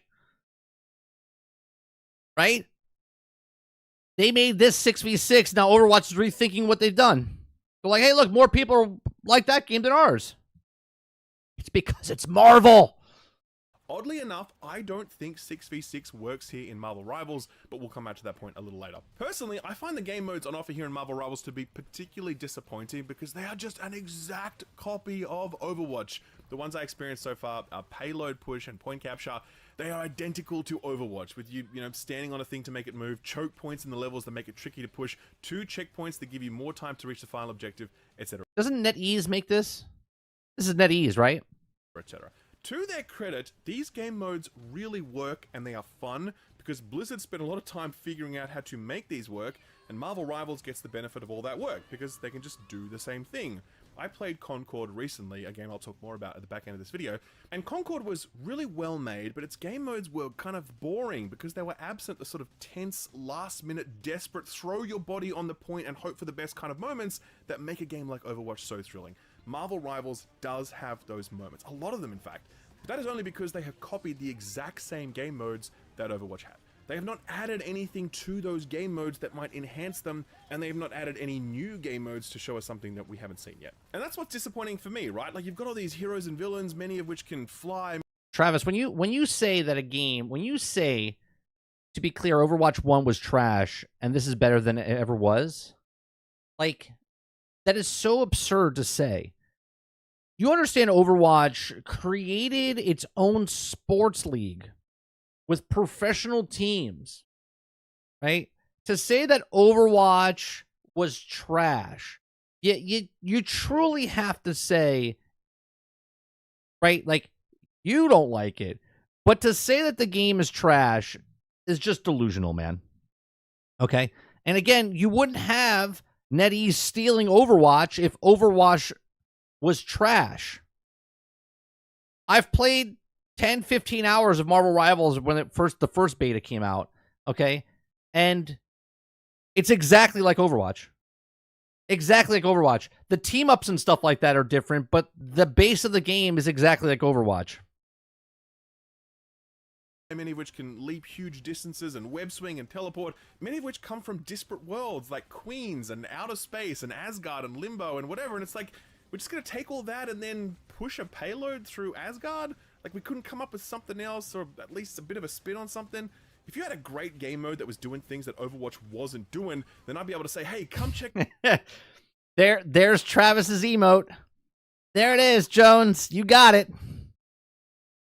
out this sick game mode, it totally rules. You can only get it in Marvel Rivals, but I can't do that. All I can say is it's just the same. It's the same as Overwatch, and it's one of the many reasons why I think Marvel Rivals has so little to offer to current or lapsed Overwatch players, because it's just not doing anything that they haven't seen or experienced before. I have the exact same sentiment when it comes to the visual design of levels. Like, if you removed the characters from these levels and just did a fly-through of them, I would honestly guess that these were just Overwatch levels. The visual style that NetEase has arrived at with the game's characters is phenomenal. It's so good, like, genuinely incredible.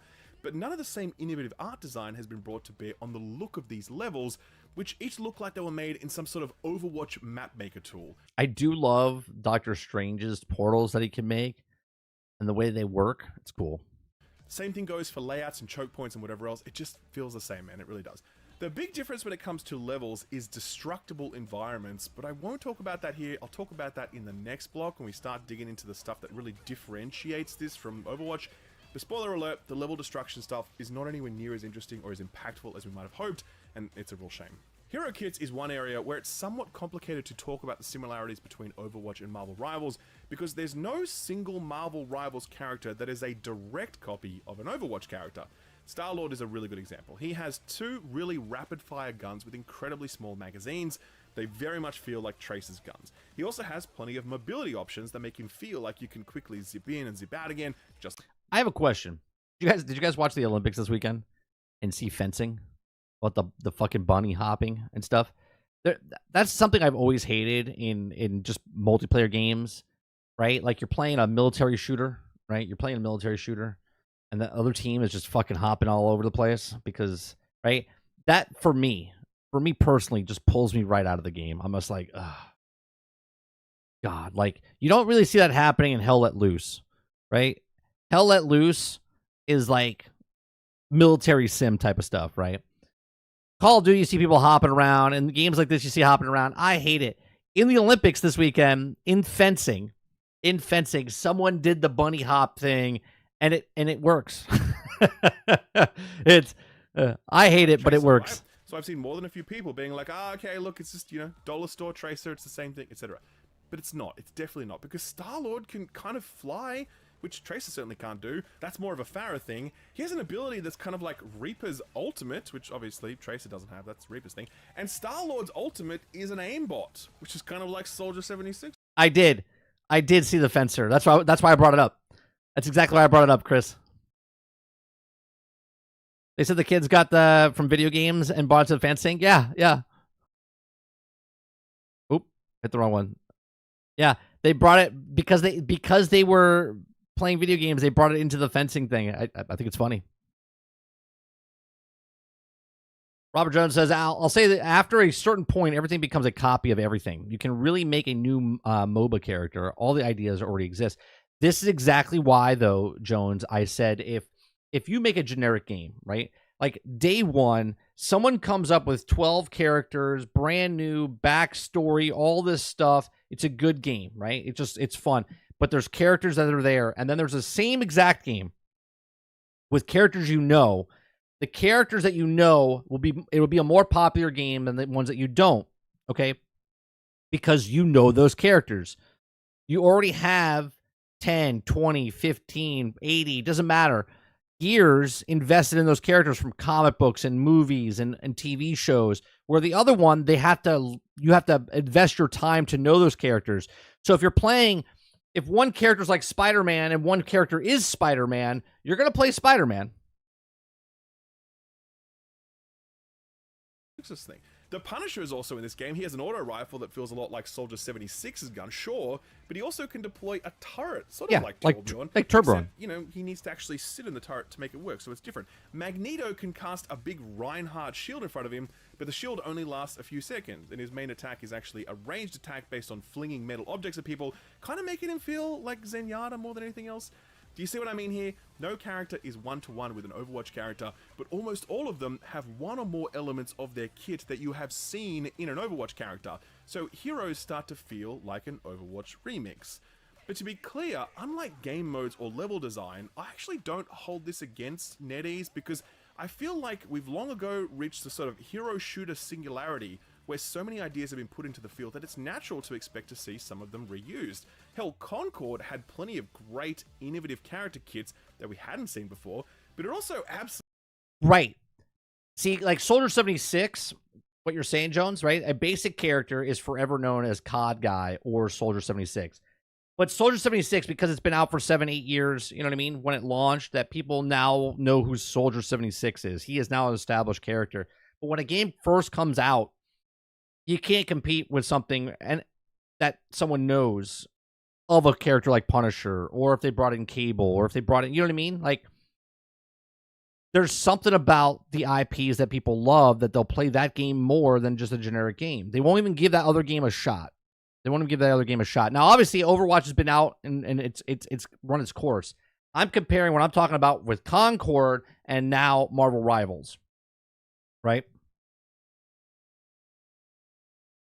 Absolutely had a bunch of stuff pulled directly from Overwatch and Apex Legends and Valorant and all that stuff, for sure. The question for Marvel Rivals is the remixing that's going on here enough? These abilities aren't necessarily original. I think it is. Does the way they've been mixed and matched result in fun hero kits? And the answer is yes, actually.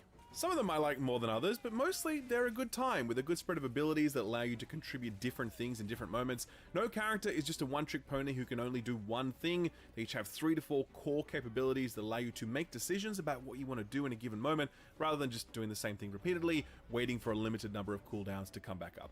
So I think these characters are fun to play, sure, but I have a serious problem with how authentic they feel. Magneto is a really good example. He's a tank who can put up a shield. You'd imagine that it'd be like a big tangle of metal or something, right? But no, it's just kind of a hologram that looks exactly like Reinhardt's shield. It's very lame. He can cast a protective shield around himself or others. Again, you imagine that this might be like armor cladding or something, right? But no, it's just a purple bubble. His main attacks just involve flinging little bits of metal at enemies, but he has a team-up move with Scarlet Witch that lets him pull out an enchanted greatsword.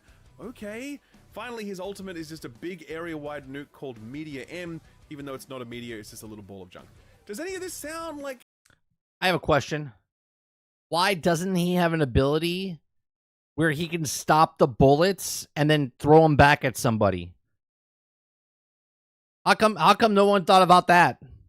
I get it that sometimes there could be a group that's not using guns, but that would be a pretty big move, right? Like, you could take Magneto and stop all the metal objects and then throw them right back at the other team. Then when someone has Punisher, you can come back in with rock beats paper, right? Or paper beats rock type of thing, where someone's using Punisher, then you have Magneto come on the team, stop Punisher's bullets or Star-Lord's bullets, and then throw them back at them and do a lot more damage. Come on now. Come on now. It's Magneto to you? It doesn't really sound like Magneto to me. Hulk is another example. He is also a tank. That makes sense. It's actually kind of cool. You start out as Banner, and then you transform into... Starts off like Diva outside of out of the stuff. Hulk is the actual mech type of stuff. It's cool. I like it. The Hulk, and when Hulk loses all of his HP, you turn back into puny Banner, and if you can stay alive long enough, you can transform back into the Hulk. Yes, that is Diva's kit, but thematically it actually works really well for Hulk, so I'm into it. What are Hulk's other abilities, you ask? Well, one of them is Indestructible Guard, where Hulk casts a green gamma bubble around himself and his teammates. Another one is called Radioactive Lockdown, where Hulk is able to instantaneously mobilize a target, making them immune to all ability effects. Does any of that sound like Hulk to you? Loki in this game is a healer, and that's not really Loki's thing. I think about Marvel's Midnight Suns. Now, that was a game that really understood the assignment. Didn't like all the young adult novel stuff at the Abbey, but the combat in that game was incredible, predicated on Firaxis' ability to capture perfectly the essence of these heroes and what it would feel like to be them. The fact that they could achieve that within the constraints of being a turn-based strategy game was incredible, and you'd think that Marvel Rivals would have an infinitely easier job to deliver that feeling given that it's a real-time action game. But it's absolutely not the case. The starting point for many of these hero kits are not the heroes or villains themselves. The starting point was, what abilities do we need to include to arrive at a balanced hero shooter sandbox, and how can we squeeze those abilities onto specific characters, regardless of whether or not it makes sense or feels authentic. It's not always the case, mind you. For example, Iron Man and Star-Lord and Storm all feel great, like they really captured the essence of those heroes. But there's definitely a critical mass of heroes and villains. When I played Storm, I haven't played the recent closed beta, but Storm was OP as hell. I was destroying with her in the last beta. Have kits that do not feel like they truly belong to that character. In a way, it makes Marvel Rivals feel like even more of an Overwatch clone, as though it's straining to fit these iconic characters into an Overwatch-shaped whole, when really these characters are already so large in our imagination that it feels frustrating to see them so constrained. Like, I'm sorry, but Hulk is not a character who should be paralyzing people and rendering them invulnerable. Hulk should not be casting protective bubbles on his teammates. Hulk, smash. It cannot be any clearer than that, so I really don't know That's right. Hulk should just be smashing. What we're doing here. And I think that's a pretty crucial point to end this block on. I actually believe that the concept of a hero shooter starring Marvel characters is pretty cool. I'm super down for that, and that's one of the reasons I was really hyped going into this playtest. But I've already played a lot of Overwatch in the past, and I stopped playing that because I was done with it. And if I was to return for a similar experience, I'd need it to be doing some new things. It's one of the things that appealed to me about Concord, because I do think that despite its many issues, it was trying to... Hold on a second. He just said that if he got done with Overwatch because he was just done with it. And if he had to go back to Overwatch, he had to be doing something different. He's played Destiny for 10 years, and now he's going to talk about Concord. If Concord is exactly the same thing as Crucible and Destiny.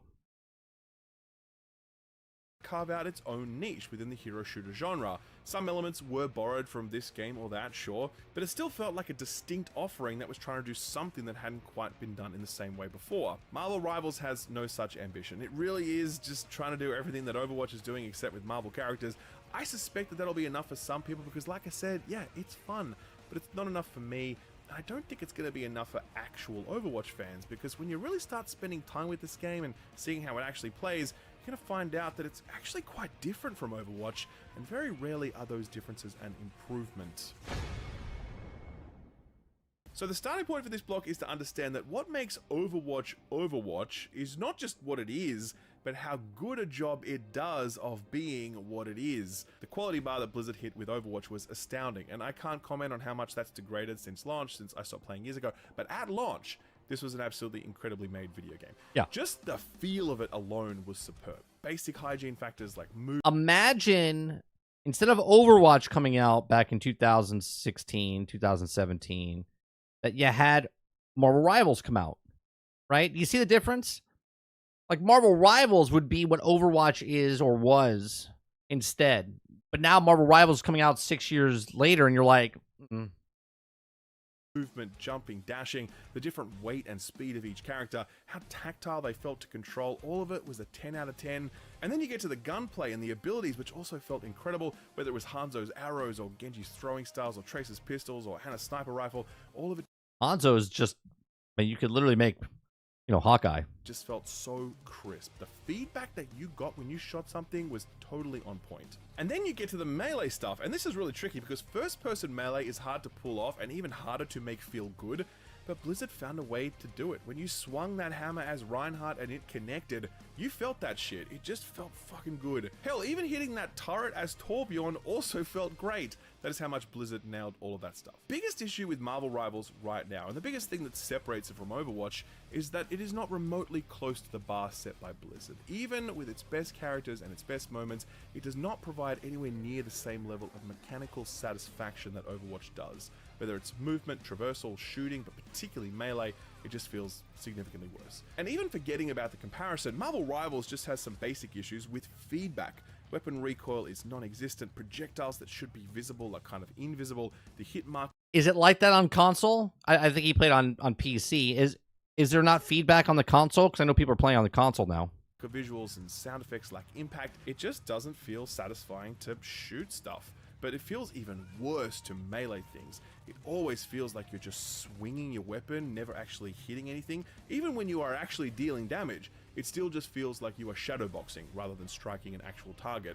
And that really matters here in Marvel Rivals because there are quite a few melee characters, and it bums me out to say that none of them feel good to play. I agree. Netties have not been able to figure out how to make melee combat work from a feedback perspective. You can deal a lot of damage as a melee character, absolutely. It just feels sloppy and messy while you're doing it. So that's kind of the first point. Overall game feel is not where it needs to be, and it's... I felt the same way though. I mean, I'll be honest. Even though he talks about Reinhardt in Overwatch, when you hit someone, it felt good. I played more characters with guns in Overwatch than I did. You know what I mean? Like, I like that better. When you're playing Marvel Rivals, I feel like the melee characters are very lackluster and whatnot. They're like Punisher, Rocket's nice, Star-Lord's good. Playing Storm with her projectiles and stuff coming out feels good. When you're a melee character, it feels like you're doing nothing. It feels like you're getting obliterated. Leagues behind Overwatch. The second thing that really distinguishes these two games is their pacing and rhythm. So 12 characters on the map at once has some big flow-on impacts. It means that there's more damage and healing going out, more people attacking you, more people to attack, a greater need to reposition regularly because you keep getting jumped, etc. Marvel Rivals feels incredibly frantic and relentless in a way that I don't personally enjoy. I can see why someone else might like it if they want absolutely no downtime when playing a competitive experience, but I just found this so frantic that it left me no time to kind of just think strategically. It's also just a little bit exhausting, and the runbacks after death were kind of a nice break from the relentlessness of it all. This is further exacerbated by cooldown timers on abilities, which are generally really short, and the number of abilities at your disposal is really high, with some characters having like 4 to 6 different things that could be thrown at you at any one point in time. This is even further exacerbated by the super timers, which are very short. Like, yeah, they really charge fast to the point where it almost feels like they're another regular move on a longer cooldown rather than an actual super. So this game moves really fast and it never lets up. In terms of pacing, it is a very different experience to Overwatch. It is honestly, exhausting. It's kind of the most... When I played it last, a couple months ago, it's just constant. Only when like you wipe them out and then they have to walk their asses back, you have that break moment. But other than that, it's just constant. Frantic hero shooter that I can think of. Again, I think that'll appeal to some, but it personally does not appeal to me. Visual clarity. Okay, so this is a problem. I've definitely seen other people talking about this already. Another byproduct of 6v6 is that you have 12 bodies on the field, all throwing out abilities on really short cooldowns, some of which leave shit on the ground, like Rocket's contraptions, and Groot, who can drop walls absolutely everywhere, and Loki, who can make clones of himself. It's a lot, man. It's definitely visual overload. I suspect the pacing question might be a matter of taste, but I'm pretty sure the issue of visual clarity is just a straight up problem. It makes the battlefield very hard to pass, and it further adds to how spammy all of this can feel. I agree with that. Okudapapa says, 30, have you seen how bad Concord is? The characters even have too much health or weapons are too weak. It's death by a million acupuncture needles. No, I didn't watch too much. I honest to God, when I watched a little bit of it, I was like, I'm bored. I was bored watching Concord. I can watch Marvel Rivals and not feel bored. All of these issues, from sloppy game feel to frantic pacing to this lack of visual clarity, have the net effect of reducing individual agency on the battlefield. And I mean that both actively and reactively. Actively, it's really hard to go in behind enemy lines and get an important pick, because it's hard enough to find your target, but when you do manage to catch them, there's so much healing going out that it's tricky to burst down your target. So often you'll find yourself just throwing out projectiles into the great mass, hoping that something lands, because unless your super is up, you don't have a lot of ability to make big game-changing plays very often. Reactively, there is a serious absence of information about where you are being hit from and what type of damage you're receiving, and given that there's so much going on in any moment, by the time you do figure it out, you're almost always already dead. The thing about Overwatch is that it isn't just a hero shooter, it's also an extremely well-made competitive experience. Its mechanics are deep and refined enough that they give extremely high-skilled players the room to shine. The pacing is perfectly balanced, giving you some breathing room for strategic thinking, allowing you to prepare for those incredibly tense, frantic, nail-biting pushes or defenses. And when you get hit, you know where you're getting hit from.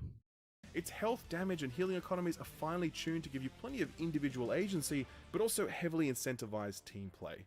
Marvel Rivals does... Robert Jones says, I'm about to become the Concord Defenders. This is origin story.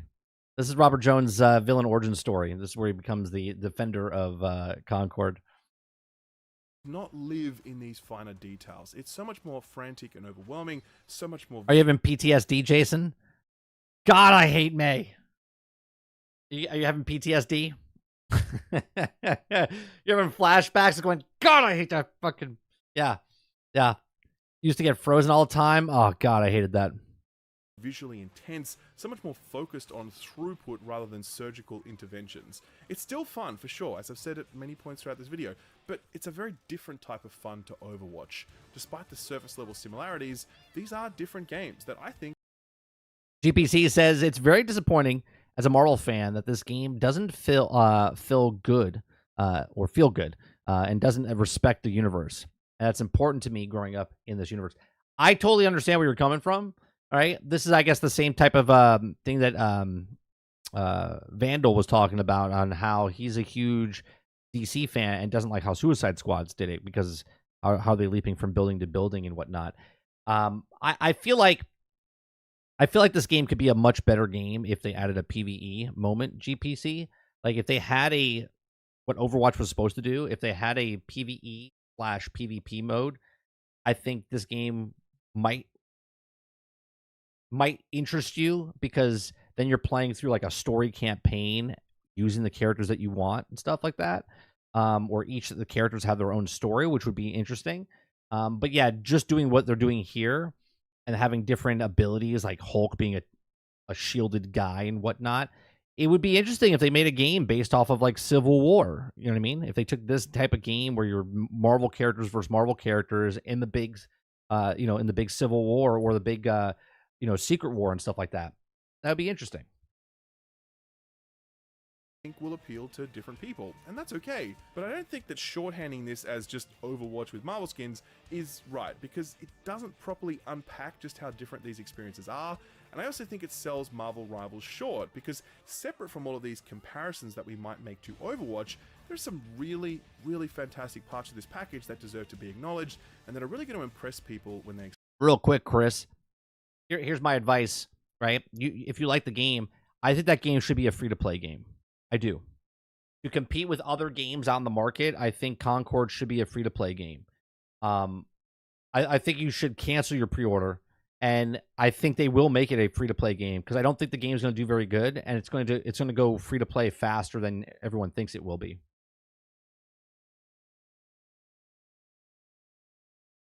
Experience them. Marvel Rivals is stunningly polished for a beta. Like, I am blown away by how good this looks, how well it runs, how expansive its day one. It has to skill up. It's a free-to-play game. They gotta pull you in. Roster is, how interesting some of the mechanics are, and how many supporting user experience systems are shipping on day one. Like, again, Concord, man, that is a package that feels really bare bones and not at all ready to go when it launches in like 3 weeks or whatever. I'm 100% certain that you could launch Marvel Rivals tomorrow and it would do very well. Like, this thing is 110% ready to go, no exaggeration, other than the balance stuff, but that's always the way with this. You're never going to get this game balanced. Never going to balance this game. Again, you're never going to balance Marvel Rivals. I talked about it 3 months ago when they first talked about it, okay, and showed it, right? This game will never be balanced. This game will constantly be about nerfs and buffs, because there's so many characters that they're going to bring into the game, and each of the powers are going to be OP. It's never going to feel good. The first thing you will know. Hence why they need a PvE mode. Loadout experience is the visual design of the characters, which is really, really, really good. Like, damn, man, genuinely some fantastic renditions of these heroes that feels visually cohesive across the whole roster, while still feeling like so much care and detail has been poured into each and every individual character. The design of each character is one thing, but then there's the line work on them, since this game has made a really deliberate choice to use those thick, heavy lines to define the characters. And then there's the coloring, which really leans into the comic book aesthetic. It's not Borderlands I love the comic book aesthetic, the direction they're going with this. level cell shading, It's just a shame it's an Overwatch game. but it's giving that vibe, and it just looks so good. NetEase are going to sell so many skins here, because if even these basic starter outfits look this good, I can't imagine how good the paid stuff is going to be. It's going to be wild. But even the little flourishes in the menu stand out. Like when you... Yeah, this stuff looks great. Real quick, Robert Jones says, pre-ordering is not the way. Chris says, I hate free-to-play games and their garbage grind. If they make it free-to-play, that's cool. Others can grind while a founder who also gets to enjoy the game. New characters, maps, modes, unlocks for $40 is cheap. It's not a full-fledged game, though, Chris. This is not me as a hater. You even heard Skill Up talk about it. It's a bare-bone game. It's not a full-fledged game. If anything, just wait a week, right? Wait a week to see what happens, because it's not a full-fledged game. GPC says, yeah, I would. It would be good, but if they copied it with the Marvel cover, and it also might have some good stuff. I learned how to read from the comics, so it's the same. Do you think Starship Troopers or Extermination will make it, and maybe even get some of the Helldivers 2 players, or not really? No, I think it's a completely different thing. I don't think they're going for the Helldivers crew, right?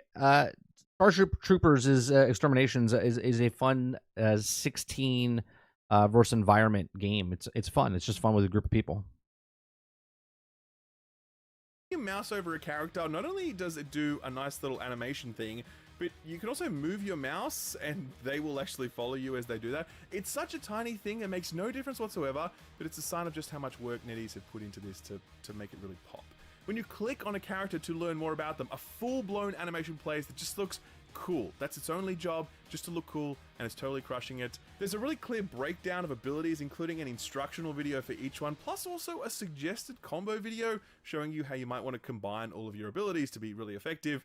That's on top of a basic tutorial mode that'll get you started, and a practice mode where you can play either solo in a shooting range or against AI bots. There's also custom games on day one. It took Bungie like 5 years to add this to Destiny 1, and then like another 4 years to add them to Destiny 2, and Rival ships them on day one. That's not all though. Did you know there's an in-game tournament system here? It lets you create clans, which are called factions. There's a whole in-game setup for that. Oh, that's cool. I didn't know about this. And then you can enter the tournaments that NetEase hosts. They've also said they plan to offer some sort of factional certification, hinting at the possibility for larger esports leagues. It's just mind-blowing that all of this is in on day one. You know what else it has? Kill cams, which is a feature that precious few new shooters are shipping with these days. But more than that, it actually has highlight replays that you can pull up for every member of your team. I like this. Like, every person has a highlight that they have for their best kills that they had. I thought that was a cool setup. At the end of a round, you just click on their character in the score screen after a match, and you can watch a highlight of their best play. Did NetEase need to add this feature? No. Will many people use it? Probably not. But is it awesome? Yes, it absolutely is. So these are all fantastic flourishes and auxiliary systems added to the game, but what about more gameplay-centric stuff? Well, the thing I love most about Marvel Rivals is its roster of heroes and villains. Sure, you've got some predictable picks in there like Hulk and Spider-Man and Iron Man and Venom, etc., but you've also got Storm and the Punisher and Magic and Mantis and Penny Parker and Adam Warlock. I'm sure it would have been so tempting for this entire lineup to just be the MCU frontline heroes or whatever, and I'm sure we'll get all of them eventually, but I really like that we get some out. That's what I don't like. Eventually, right? I'm okay with putting Penny Parker in there. I'm okay with the lower tier people, but stop putting like Wolverine behind 12 months of, oh, he's coming down the line, or right. Put Thanos in there. Put Wolverine in there. Put Cyclops in there. Put Colossus in there. Put as many characters as possible. The only downside to this is a balancing nightmare for them.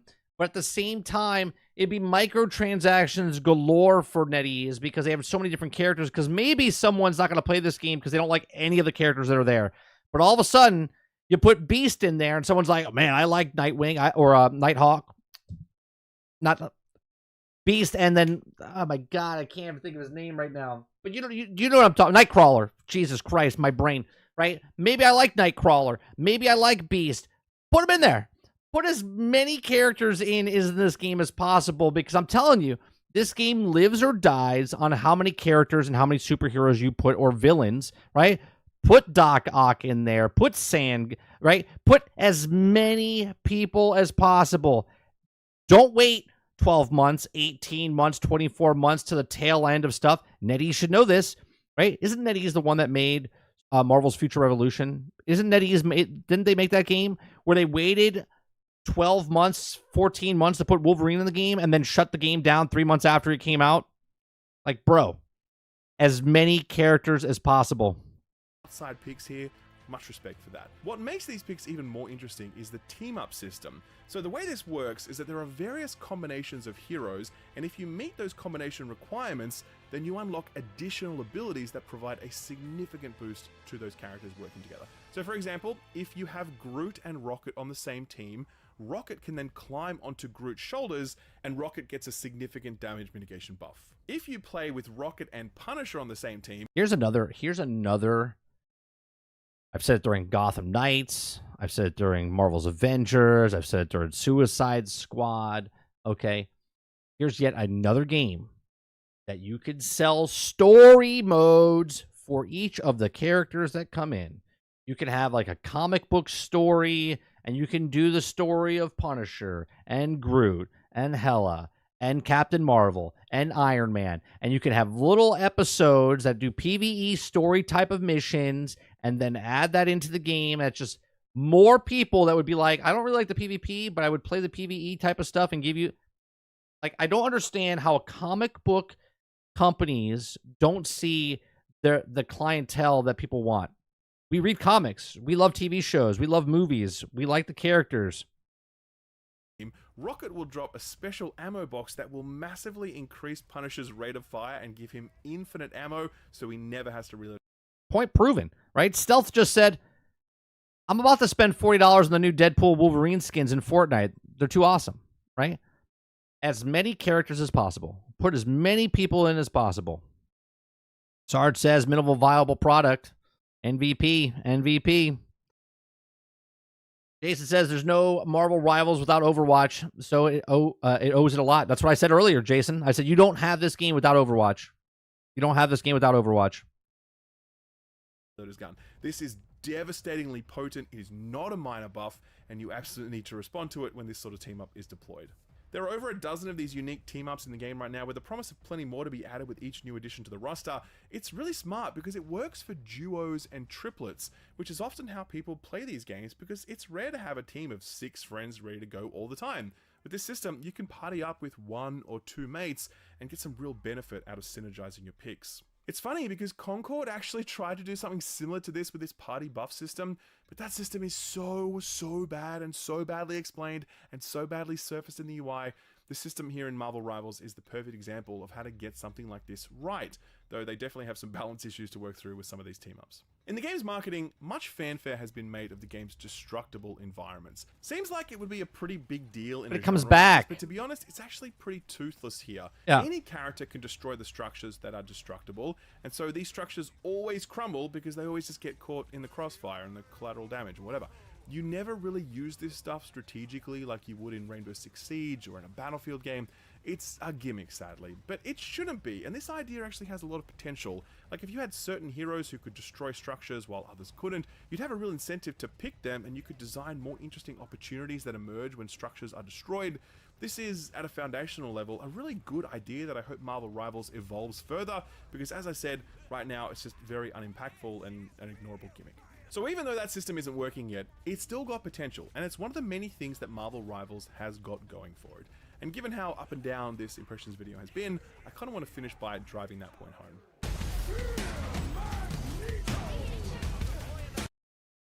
Chris says, I'm interested in hearing the push for microtransactions, but Concord isn't a full game. That's exactly why I'm supporting Concord versus free to play. Things end up costing more over the emphasis nickel and diming. The thing is about Concord is selling. See, a free to play game has to be good when it comes out. A paid game has your money up front, and they make the game they finish the game. This is not just on Concord. This is just live service games in general, right? Live service games, regardless if you pay $40, $60, $70, okay, a live service game, when you pay for something, and they're also putting microtransactions in the game, okay, is that the game is incomplete at launch, and they'll fix it over the next 8, 12, 18 months, okay?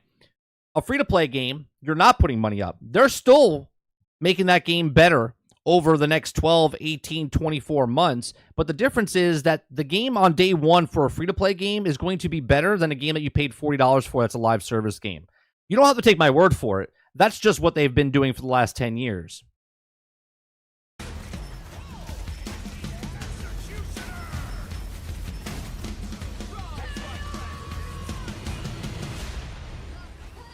So I've tried to cover a fair amount of ground in this video. The first block was really exploring those similarities to Overwatch, and I made the point that I do think it's disappointing that Marvel Rivals is so one-to-one with Overwatch in so many areas, because I think this would have been a better, more appealing game if it were more adventurous with its hero abilities, game modes, and visual design. But still, the Overwatch formula is popular for a reason, and by copying those elements, Marvel Rivals has built a foundation that can deliver the same sort of tension and excitement that Overwatch does. As I've said many times before, it's a fun game. It definitely is. In the second block, I was really trying to go a level deeper to showcase that this isn't just Overwatch with Marvel characters, and that fundamentally, this is a game that cannot compete with the level of mechanical depth that Overwatch provides. It's messier here, it's more frantic, it's spammier. Again, it is still fun, but I think people who really love or loved Overwatch are going to feel that absence of mechanical refinement, and as such, I don't expect this will convert many current or lapsed Overwatch fans. However, I do think this has a good shot of pulling in a new audience, attracted to that sort of frenetic fun. I think the team-up system is really inspired, specifically welcoming in the majority of people who play with 1 or 2 friends at a time rather than a full squad, and given how important social bonds are in these sorts of games, that system could go a long way towards keeping people invested. I think the tournament and faction systems are That's a good system. To competitive. I won't take advantage of it because I don't really care about the tournament stuff.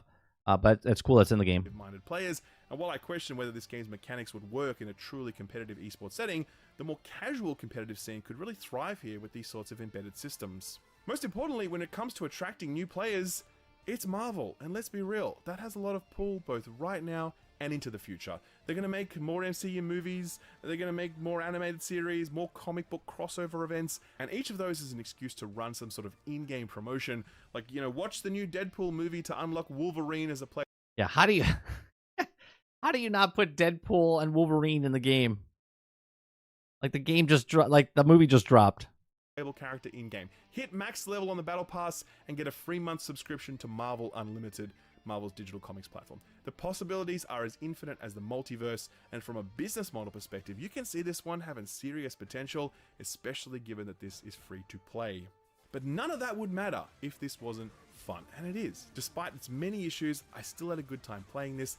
I don't want to play any more of it unless some of its core elements get a significant rework, but I have no problem telling you that this is a fun time and a hell of a starting point for a live service. If NetEase and Marvel stick with... See what he said there? It's a starting point for live service. Concord's the exact same thing. The only difference between this and that is you have to pay $40 for that. For the same thing that you can play other games that charge absolutely nothing. They're all going to charge microtransactions. Every single game is a live service game is going to charge for microtransaction. This one over the long term and keep chipping away at those issues while working to define a more distinctive identity separate from Overwatch. I think this could be a really great game that could have a lot of staying power. If I were a betting man, I would be going long on this one, and given how many live service flops we've seen over the past few years, it's nice to see one that feels like it's got a real shot at success. So that's a look at Marvel Rivals, and if you're... Alright, so we'll stop that there. Stop that there. Go check out Skellup's video. Give it a like. All right. Let me see what you guys are saying. Captain America is Marvel. Yeah, I mean, hopefully he's there when it comes out. Sarge says, if there's a balancing problem, then they never cared about it to begin with. Well, it's going to be super hard to balance superheroes. There's so many different characters, and when they made the characters on a comic book page, they never thought there was going to be video games in the future. So there's a lot of problems there.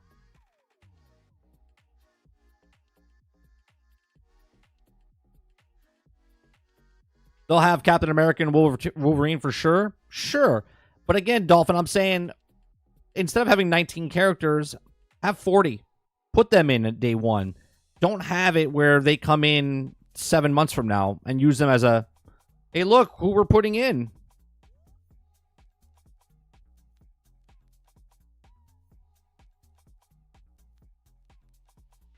GPC says, if not the double dipping, and I'm sick of this, free to play, a play to unlock, and have the DC skin for sale or something cool is worth buying that's cool and different and fun. I mean, Concord was a good game. A Concord was a good game. It would also have to have way more than 5,000 people in the open beta, just saying. Right, that's an open beta for Concord. And this is a closed beta for Rivals. Where's the PlayStation guys at?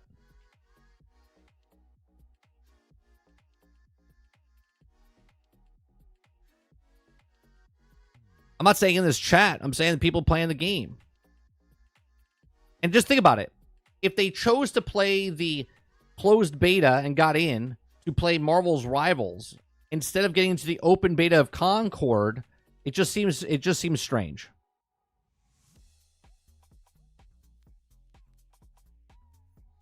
Eclipse says they're already said they're adding 20 characters into it before launch. When's launch? And did they name the characters? Do you have that line? They said that the company actually said they're adding 20 more characters in before launch?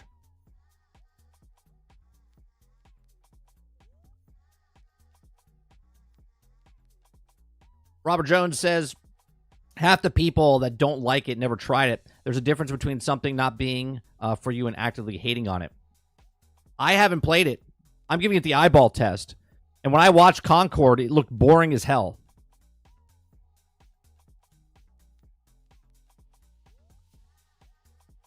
Concord, to me, I don't have a PlayStation, Jones. I can't even play Concord unless I play it through the PC, right? And even if I wanted to play it through the PC, if I had to choose Concord over Marvel Rivals, I'm not going to spend $40 on a game that looks boring to me.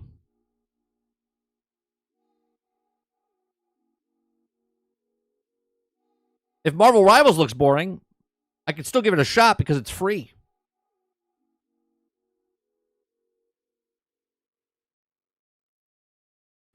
Chris says, the difference is I played 20 hours already and enjoyed it. I'm in your age bracket, playing since NES and have played most of the free-to-play games. I'm speaking from experience also. Free-to-play is for kids. That's not what I'm saying, Chris. All I'm saying is that just give it a week. You can still buy the game. I'm telling you that game should be a free-to-play game, but Sony is charging $40 for that game. It's not going to do well, and they were going to make it cheaper. That's what I'm telling you. Right? You do what you want with your money. You play what you want. I'm giving you my opinion based on the past of what happens with games like that put in that 40 price range. Okay? That's not going to do very well. And then they're going to put it in a cheaper price.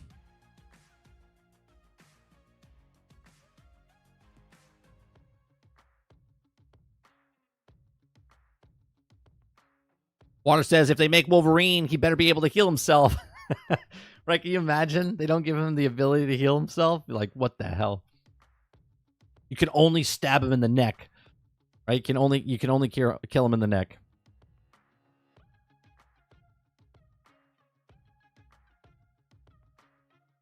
According to Brain, you're right. If they said they're adding 20 more before launch, they have to have at least a minimum of 40. I have a video 3 months ago saying that. Before they mentioned anything. They have to have at least 40 characters minimum. They should have more, in my opinion, but 40 minimum.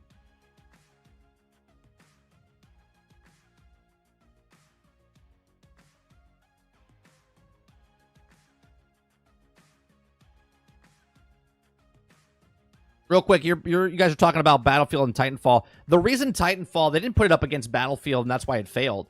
They tried to use Battlefield and Titanfall. People that weren't playing Battlefield, they were trying to get the Call of Duty crowd, and that's why they made Titanfall, right? They were trying to get Battlefield and Titanfall because when people bought games, they knew the average person only bought 3 games a year. When Titanfall came out, they tried to sandwich it between Battlefield and Call of Duty because they thought that they would get enough people to get Battlefield and then also pick up Titanfall so they would have no money left over to play Call of Duty. Well, people loved their Call of Duty, so they just said, no, the unproven game of Titanfall, they said, I'm not buying that. I'm still buying Call of Duty.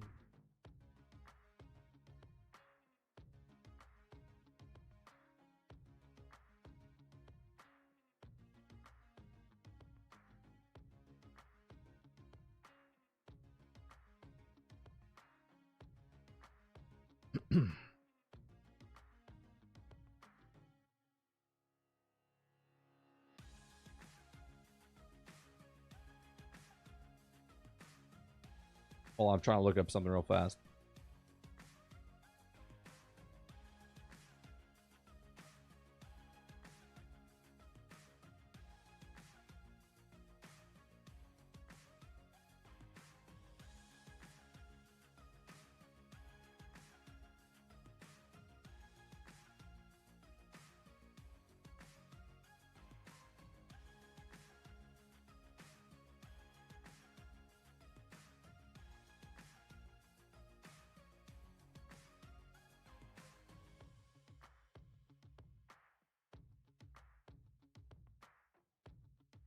How long is this video? This is 15 minutes.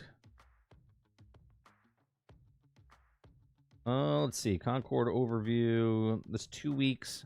Well, here, let's go to Concord. Here, we'll watch the Concord one from Skillet. We just watched his Marvel Rivals one. Let's watch this one. Okay. Friend of the channel, Squarespace. Stick around to learn more about how their intuitive website creation tools help people turn their hobbies into careers and dreams into reality. Concord. Alright, so I put about 10 hours into the beta for this one over the weekend. That was meant to be a pre-order beta, and it was, but in addition to pre-orders, Sony also opened it up to anyone with a PS Plus membership. That was an announcement that happened at the 11th hour, and so you have to assume that the only reason Sony did this was because pre-order numbers are very soft. Real quick, Helldivers and Concord are 2 different things. One is a PvE game and one is a PvP game, right? So when PlayStation ever made a free-to-play game, PlayStation makes a paid product. Helldivers 2 looks like it could be a free-to-play. Also easy, especially since it was a War Bonds. Concord doesn't have battle passes like Helldivers 2. Completely 2 different games. One's a PvE game, one's a PvP game. Okay? Again, yes, live service games, but one's a PvE game, one's a PvP game. Concord is not capable or comparable to what Helldivers is. You're comparing that to Foam Stars. You're comparing that to Overwatch, Overwatch 2, The Crucible, Lawbreakers, Apex Legends, anything that's out there right now that Concord has to pull from. Anybody that's playing those multiplayer PvP games, that looking for another PvP game, that's what they're going for. They're entering a market which is saturated by other PvP games. And what's separating those from Concord is most of the biggest played games out there right now are free to play. Free to play. Okay? So Concord has to come out swinging and be the better game and has to prove that with a $40 price tag. That's the problem. Theory supported by the player count numbers we saw on Steam over the weekend. Now, given that this was available to PS Plus members for free, means that there very likely would have been plenty more people playing on PS5. Robert Jones, Foam Stars was free when it came out. Anyone that was on PlayStation Plus got it automatically for the first month because they knew that people weren't going to pay $40 for that or whatever they charged for it. 100% that's what they did. But PC is a huge focus for Sony with their live service games. Hell, that's the reason why Helldivers 2 did as well as it did. So if Concord isn't doing big numbers on PC, that's going to be a huge disappointment for Sony. So how did Concord do on PC over the weekend?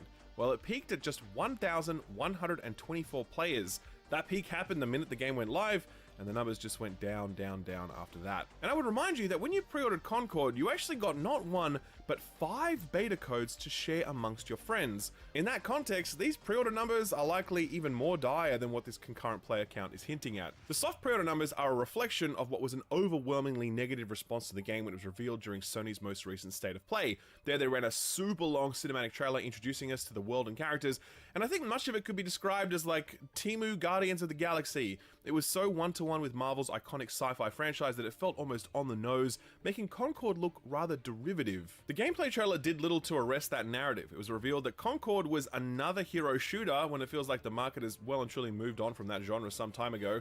Nothing in the trailer really stood out as being particularly unique or interesting. There wasn't a hook that made people sit up and pay attention, and coupled with those criticisms of the story and characters, it was a very rough reveal for Concord. Personally, I was holding out hope for this one for 2 reasons. Number one, Sony bought Firewalk Studios after having played Concord. They liked what they saw so much that they thought, we must own this studio. Sony have a pretty good eye for what's good and what's not, so that filled me with a fair amount of optimism for what Concord might be.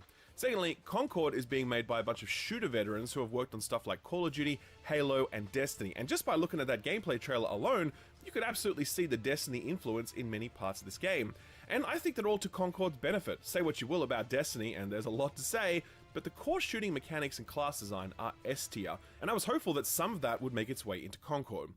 I'm pleased to tell you that it absolutely has. By far and away the biggest strengths of Concord are its solid mechanics and its innovative class kits, some of which are just borrowing wholesale from Destiny, but remixing them in ways that feel like iteration rather than plagiarism. In these aspects, Concord really distinguishes itself and does make a compelling case why you might want to play this. Real quick, Robert Jones, I'm looking at Foam Stars. I went to look at their patch notes. Is their last patch February? Is that their last patch? That's not a good sign for a live service game if their last patch. Maybe it's just so perfect that they didn't have to make any fixes since February. Over Overwatch or Fortnite or Apex or Valorant or whatever. But games like these are not measured by the virtues of one or two of their elements alone, but rather by looking at the whole package. Visuals, level design, game mode, structure, progression, and monetization. In almost all of these areas, Concord does very little to distinguish itself, except in the fact that it's daring to charge $40 for a game that many consumers would expect to be able to play for free at this point. Concord's levels are functional to the point of being rather lifeless. The game modes are... They gave it away for PlayStation users because they know no one was going to pay $40 for that game. They had to shoot it into the industry because it's competing against all other PvP games out there. That's why they gave it for free for the first month. Because if they didn't give it for free the first month to everybody that owned a PlayStation, then nobody was going to play it. Highly derivative and do not seem to properly leverage the strength of the sandbox that Firewalk have built. The progression is slow and wholly uninteresting, centered on generic cosmetics like weapon charms and emblems. Most alarmingly, for a game out in just over a month, there's some seriously unfinished systems rolling around in here, like a character selection, variant, and team. This game is coming out in a month. The same problems that I'll talk about Outlaws and any other game that comes out a month from now, we're going to talk about it, right? This is not hate against the fat women that are in Concord or if they look a bunch of Karens. It has nothing to do with that. The gameplay, when they showed it over the summer, I went, it's just another Destiny Crucible, okay? I'm not taking away from anybody that had fun with it. People are having fun with Skull and Bones. I've had fun with Suicide Squad. That has nothing to do with it. Talking about what this game is compared to other games it's competing against, this is a $40 game that is lackluster and has yet to be finished or... right? It's coming to crunch time, and it's missing stuff. You can see the sight test, the eyeball test. Team loadout system, all of which are so messy to understand and utilize, and that really feel like things that are designed to constrain your fun rather than enhance them. I've seen some positive sentiment for this one, sure, absolutely. But you know what I haven't seen? Actual excitement. I do believe this is a good game, but I also feel as though it's not ready for launch, be that in terms of game design, in terms of marketing awareness, and in terms of its business model. Concord is just over a month from launch, and right now it feels like it's sleepwalking into its fate as yet another live service cautionary tale. I'm sure it's fine, Skillup. I'm sure it'll be fine. It'll be here for many months down the road.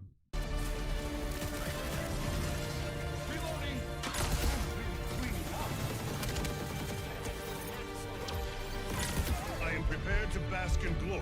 I don't think there's gonna be any basket today, buddy. Concord revealed itself with an elaborate story cutscene for good reason, because story is a major component of the Concord experience, so much so that Firewall claim they're going to be doing weekly story drops, incentivizing you to log in each week to see where things will go next. We've got a small taste of that story here in this beta. Like think about that for a second. The way that it's interesting, the story, the way they're doing it, right? Other games try to do the same thing. Ghostbusters, Spirits Unleashed, which is a PvE/PvP type of game, where it's 4 versus 1, like an Evolve type of thing.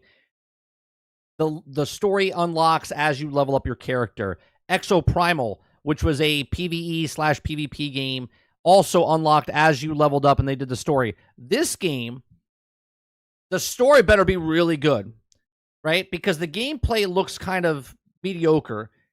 If the story's really good, then that's going to bring people back every single week to log in. Instead of logging in daily or weekly to do your missions or whatnot, you're going to log in to get the story beats, the story content, to go, okay, I'm listening to the story.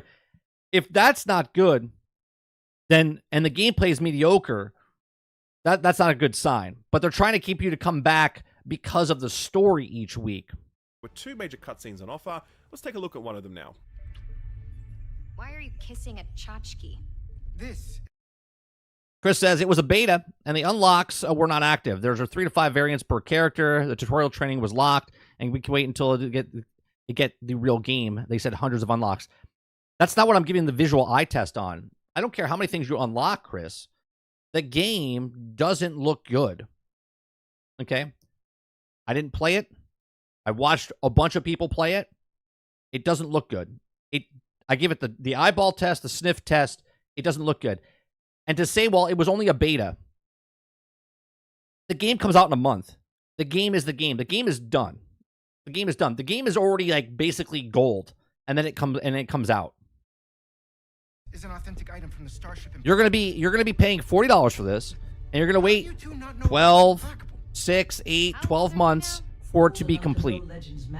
Thank you, Captain. So full credit where it's due. This is pretty good stuff. We talk a lot about the bars set by the Guardians of the Galaxy games when it comes to stuff like voice acting and facial animations. So it's a little ironic that Concord, a game heavily inspired by the Guardians of the Galaxy movies, seems to also be inspired by the game, at least insofar as it relates to facial animations, character details, and voice acting.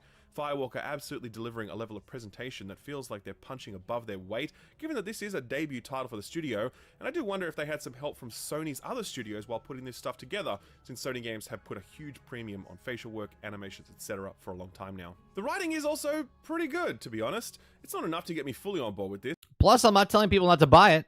I'm telling people not to pre-order it and get it day one. Just give it a couple of days. Let the game come out. See what it is. You're not going to lose out on anything. But it's enough to pique my interest, and I hope that Concord has a nice dollop of this stuff at the start when the game launches, rather than holding it all back for a weekly drip feed. If you can give me a strong, self-contained story at launch, something I can experience fully in the 15 to 30 hours I'll be spending playing this in August, then there's a chance I might become invested in all this. But if you're going to give me 90-second cutscenes and then tell me to come back next week, there's a good chance that me and a bunch of other people will not come back next week. Imagine that. High level, I'm really skeptical of the idea of weekly story beats in a hero. I did it for 10 years in Destiny. I was like, oh, new story coming out. We got to wait. We didn't have to wait each week, though. We had to wait each season for story content to come out. Or even when you were doing the content, you did have to wait every single week. We'll see how that works out for them. A shooter, especially ones that clearly cost this much to make. It takes a tremendous amount of resources to create even these small cutscenes, and to promise them weekly seems like a huge allocation of budget that might be better spent on other things. I don't know, Bungie do weekly story beats during their seasons, but only for like the first 6 weeks, and then they just chill on that stuff for the next 6 weeks until the next season begins. And Bungie is huge, by the way. I'm not sure how Firewalk are much... Imagine. I don't know what I'm talking about. He just brought up the exact same thing I brought up, right? Destiny did this, and then they fall off. And it didn't work for them. This studio, we'll see. They're like a fraction of the size of Bungie. Smaller studio is going to be able to maintain that sort of cadence over the longer term, or even why they'd want to. A weekly story cutscene is not going to be the thing that makes Concord successful, and I do wonder if the studio hasn't saddled themselves with a little too much story overhead when that throughput could have been put to work on core game features. Because even right now, 5 weeks from launch, there is a lot of work to be done on core game features, but we'll get to that stuff. Firstly, let's be super clear on what Concord is and is not. Concord is a PvP hero shooter. It does not have a PvE mode at all, or if it does, Firewalk have not mentioned it. Its roster is 16 heroes at launch with the promise of more to be added in the future. There are 6 PvP modes spread out across 3 playlists, and those playlists determine how competitive you want the experience to be. That's a really crucial thing to understand about Concord. You can pull in comparisons like Destiny 2 and Overwatch and Valorant, and the reason you can do that is because Concord is trying to be all of those things at once. Imagine a spectrum with like Halo and Destiny PvP arena shooting at one end, and tactical shooters like Valorant or Rainbow Six at the other. Concord has different game modes across that spectrum. So you can load into one game mode and it's just a spammy TDM arena shooter, and then you can enter the Rivalry playlist, and it's game modes where you have to plant and defend a bomb with limited revives and limitations on which heroes can be picked based on which heroes you've already played or the ones you've added to your pre-built roster. We'll get to all that later. So that already makes Concord an interesting proposition, because most of the time, these games tend to commit to one level of competitiveness or another, and their game modes are built around that. So Siege is not a game designed around team deathmatch, just the same way that Halo does have more competitive game modes, but it's clearly built around TDM style play. That's where it really thrives. Concord is aiming to cast a wider net, and so far I think it's finding success. I split my time equally between the casual playlist and the competitive focus one, and both worked well. I do think that some heroes feel like they belong better in one queue or another, while other heroes feel extremely versatile, but that's not necessarily a bad thing. There's a good mix of generic versus specialized class design here, and that's allowed the game to work at both ends of the competitive spectrum. As to what those game modes are, I'll be honest and say that they're pretty disappointing, and definitely one of the most uninspired and derivative aspects of Concord. One of them is a team deathmatch, another is kill. Look how much. Wait, hold on a second. I want to back up for a second. Look how much he shoots that one person. As to what those game modes are, I'll be honest and say that they're pretty disappointing, and definitely one of the most uninspired and derivative aspects of Concord. Like, nothing happened there. Deathmatch. Another is kill confirmed, where you just need to run over the corpse of an enemy to collect a point. 3 of them involve capturing spots on the map with some different modifiers applied to ratchet up the competitive stakes and tension. And the last one is the bomb planting from Siege or Valorant or CSGO or whatever. We've all seen these game modes dozens of times before, and all of them exist in games that we can play right now for free. So yeah, it would have been cool to see Concord innovate here a little or a lot more. The same could be said of level design, which is equally bland and derivative. So again, to their credit, the levels are functional play spaces with a mix of 3-lane highways and... My thing is, Water, it doesn't matter how good it feels. It's a $40 game going up against free-to-play games that are already dominating the market. It's going to have a really hard time to compete, right? This has nothing to do if people like it or not. It's the reality of this game is coming out in a market where there's 12 free-to-play games that are doing everything that this game is doing, and it's free-to-play. Center-focused arenas, they all have plenty of space with which to operate in, crucial for a game with so many characters who operate vertically. They all have good choke points and sight lines and all of it. Like I said, they're functionally very well built, but they're just pretty boring and lifeless and bland. One of the maps is a kind of nondescript cargo-looking area. Another one is a sort of DE dust style aesthetic. The only one that actually stands out is this one, which on the outside looks like this creepy... Chris, you can defend it all you want. I'm not trying to tell you what you can and can't do, right? I'm telling you that this game's not going to do good because of the market that it's coming in. That's it. That's it. That's all I'm saying. That the game's not going to do good because it's coming into a market where all other games in the market are doing exactly what this game is doing, and you don't have to pay for it. That's it. Castle thing, and inside it has this weird glowing mushroom thing in the center.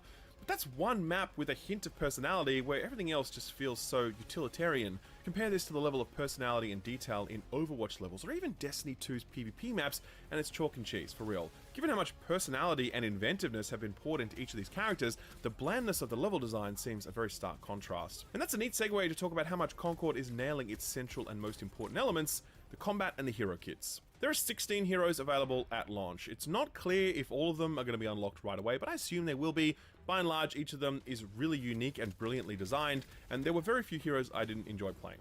There are some, dare I say, phoned-in heroes. This dude right here is basically just Soldier 76 2.0, right down to the battle rifle and the grenades and the movement boost, all of it.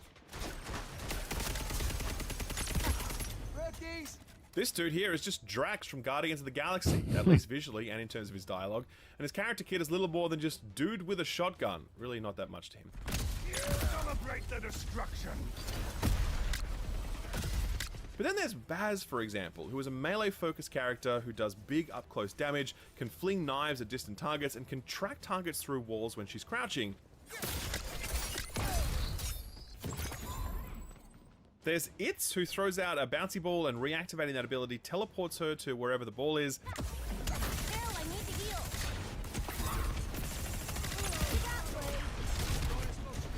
There's this fucked up mushroom freak who leaves these little spores all over the battlefield that buffs allies and damages enemies. Plus, they can teleport back to a little pod they place wherever they like.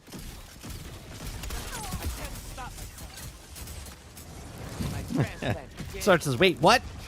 Dude with There's shotgun, also this giant amazing. walking vacuum cleaner, for real. This dude hoovers up garbage so he can then convert it to trash bombs and a deployable pad that deflects projectiles.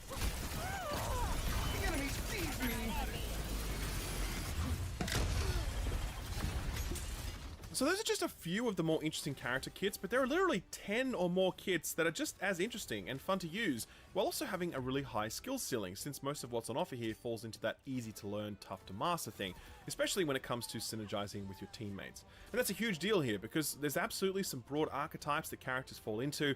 There are tanks, heal, support players, assassins, and sustained DPS, so these role types do exist, but no character is overly constrained by these role types. So two of the healers both still have excellent DPS output, and similarly your tanks can output a huge amount of damage under the right conditions. Some of the DPS and assassin type characters are able to buff teammates in different ways, and can even heal themselves based on what they're doing. In this way, class design mirrors that of Destiny 2, where classes are a lot more freeform with what they're bringing to the table, rather than being pigeonholed the way that someone like a Mercy or a Reinhardt is. Where things get even more interesting is that a number of heroes are able to deploy things like mines or sensors or healing pads or whatever, and these things actually persist from one round to the next when you're playing those more competitive game modes. This provides a bit of an incentive to use those deployed type characters early on, so you can litter the map with these persistent objects, and then maybe switch to a different hero in later rounds once you're happy with all that setup work.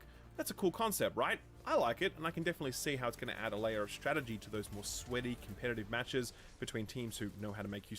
So everybody's going to come in as someone that can throw a grenade on the wall, and then they're going to swap out, and then they go into the other thing, and the whole thing is just grenades everywhere.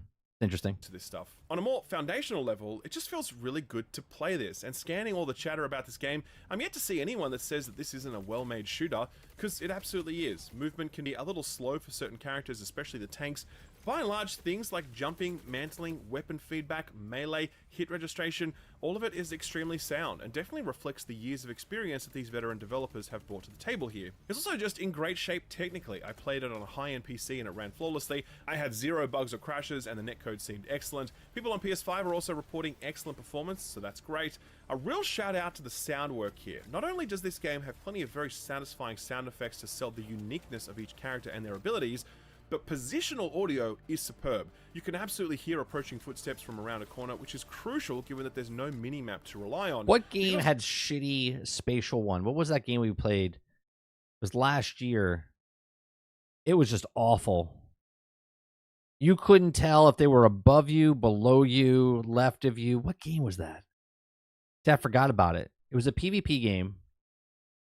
You could not tell what level they were on. You also hear the sounds of distant No, it wasn't Outriders. Clearly, so you know exactly where It was a PvP game. it's coming from, and you can choose to either move toward it or away from it. Audio here is genuinely top-notch, and I absolutely recommend playing this with a set of headphones, because making use of all that positional audio information is going to give you a huge advantage whilst playing. Alright, so that's all the stuff that's really great about Concord. Now I want to drill down into some things that are a mix of disappointing or bad or just weird.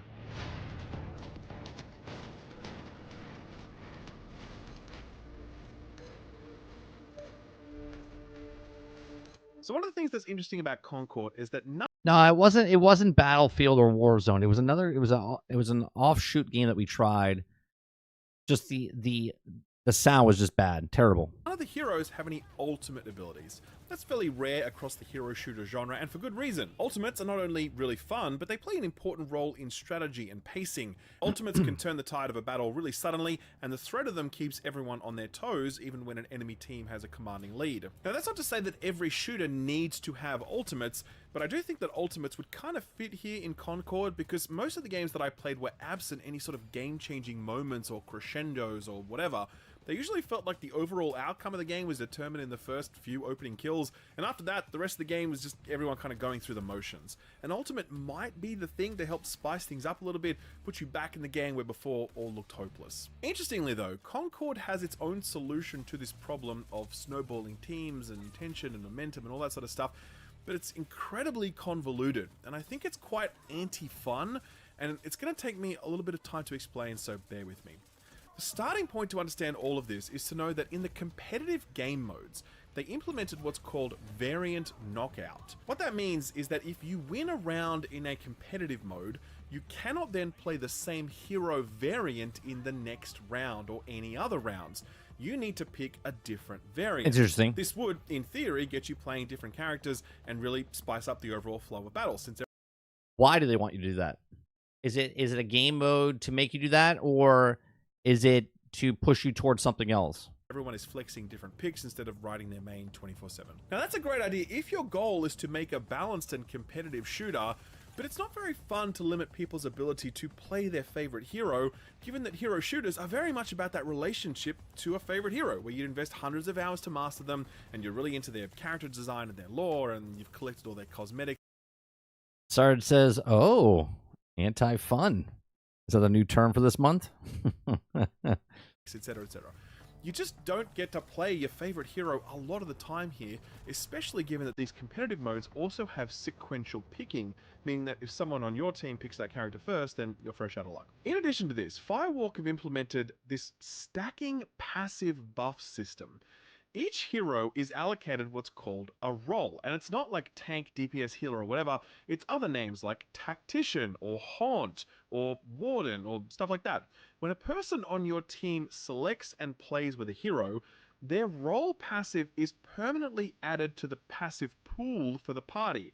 So if I select the tactician hero, then everyone on my team gets faster reload speed for all of their weapons for this and every subsequent round. Another role will grant a shorter dodge time reset, another adds bonus healing, etc, etc.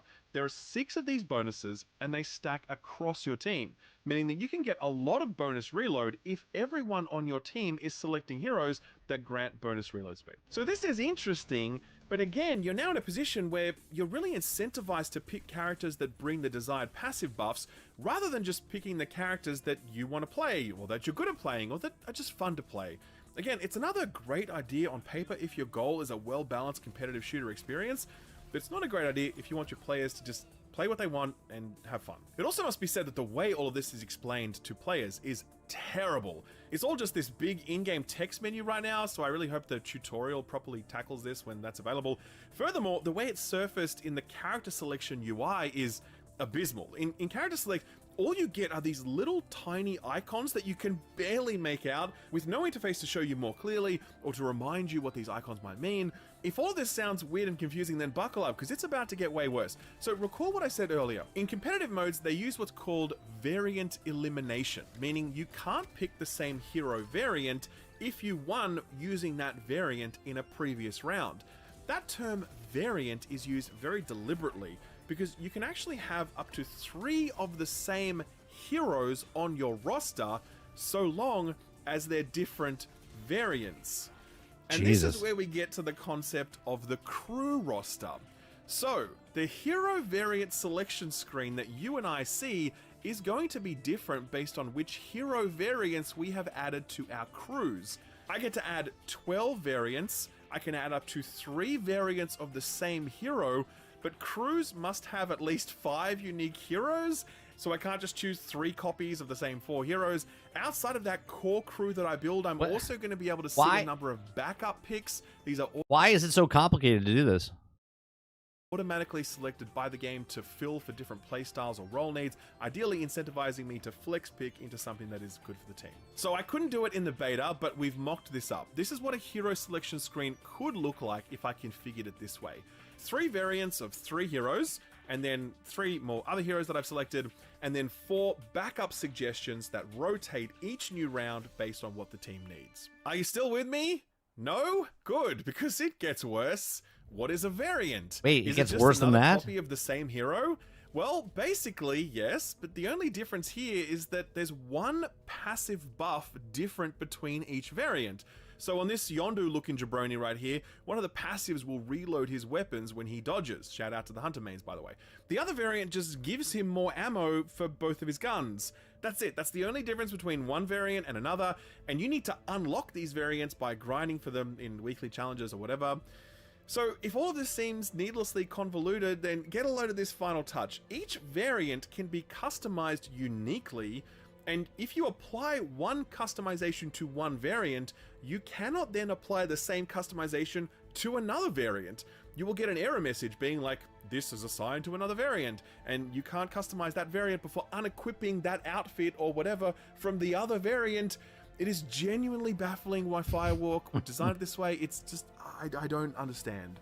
So think about all that. A character picking system that stops you from playing with the characters that you're winning with, one that is dependent upon stacking team buffs that are confusing and not properly explained or surfaced by the UI, all of which could be sort of sidestepped if you just stacked your character select screen with multiple copies of the same hero, which would then limit your ability to flex pick a different character if that's what your team needed. And you also can't customize two variants with the same look because reasons?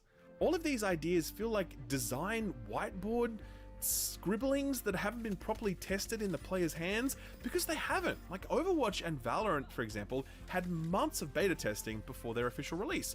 Concord is having its first closed beta test 5 weeks before its official release. It just doesn't feel ready. It'll be fine. It'll be fine. I mean, just as another example, right now in the competitive queue, there is no leavers penalty for leaving a game early. So what always happens is that people will queue, they'll lose the first round, and then they'll just leave and they'll re-queue because there's no penalty for doing so.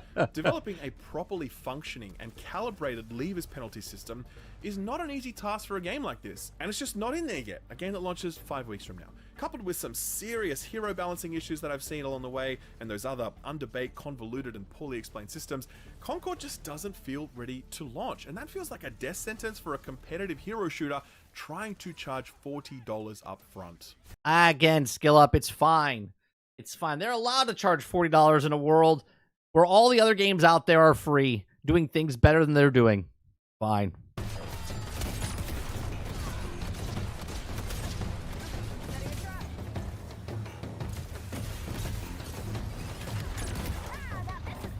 So that's Concord, or more specifically, that's what I've seen of Concord so far. And I want to reiterate that there is going to be more content in the live game. There's going to be the proper in-game tutorial, there's more story stuff, fingers crossed, there's a bunch of new maps, there's, you know, the full customization stuff and the in-game shop, etc, etc. More importantly, that's where we're going to see a critical mass of players step in and begin figuring out how to actually play this game. You hope there's a massive group of people coming in, because Concord is deceptively broad in terms of its gameplay styles. It can be a pretty straightforward arena shooter like Destiny or COD, or it can be a very tactical, objective-based team shooter like Overwatch or Valorant. Any game reliant on team play takes a while to find its feet, and so it's risky to prejudge Concord before the player base has got to grips with everything, as your enjoyment of Concord is going to be greatly influenced by how knowledgeable and cooperative the members of your team are. We may see some more of these game elements in the open beta scheduled to be held this coming weekend, and I really hope we do, because otherwise I would be very worried about how the launch of Concord is going to go. Let's be real, there is no buzz behind this one right now, like none. That's manifesting in a lack of pre-orders, a lack of positive sentiment across social media, and a general lack of chatter at all. It feels like no one's really talking about this one, and it's one of Sony's biggest releases for 2024, and it's out in 5 weeks. It's almost bleedingly obvious, but the $40 price point for this feels like an absurd barrier to entry given the type of game that this is. Think about what you could be playing instead that fits into the same general category. Overwatch 2, Destiny 2, Fortnite, Apex Legends, Paladins, The Finals, or even Marvel Rivals, which gets a beta later this month and launches soon after that, I'm sure. All of these games are free, and so That's right. That's right. And that was my point in the very beginning. It has nothing to do if you're having fun and the game is good. The game is the same type of game than all these other games, and they're charging $40 when you can have fun and do all the other things with these games, and they get you absolutely nothing to get in, right? It's going to be a very hard sell for Sony to sell a $40 game that the top 6 games that everyone's playing right now, 3 of them are free-to-play games. The question immediately becomes is Concord doing enough to pull you away from those No. free options? And I will tell you, as someone that likes this game and is ultimately rooting for its success, I don't think it's doing enough to pull people away from those other experiences.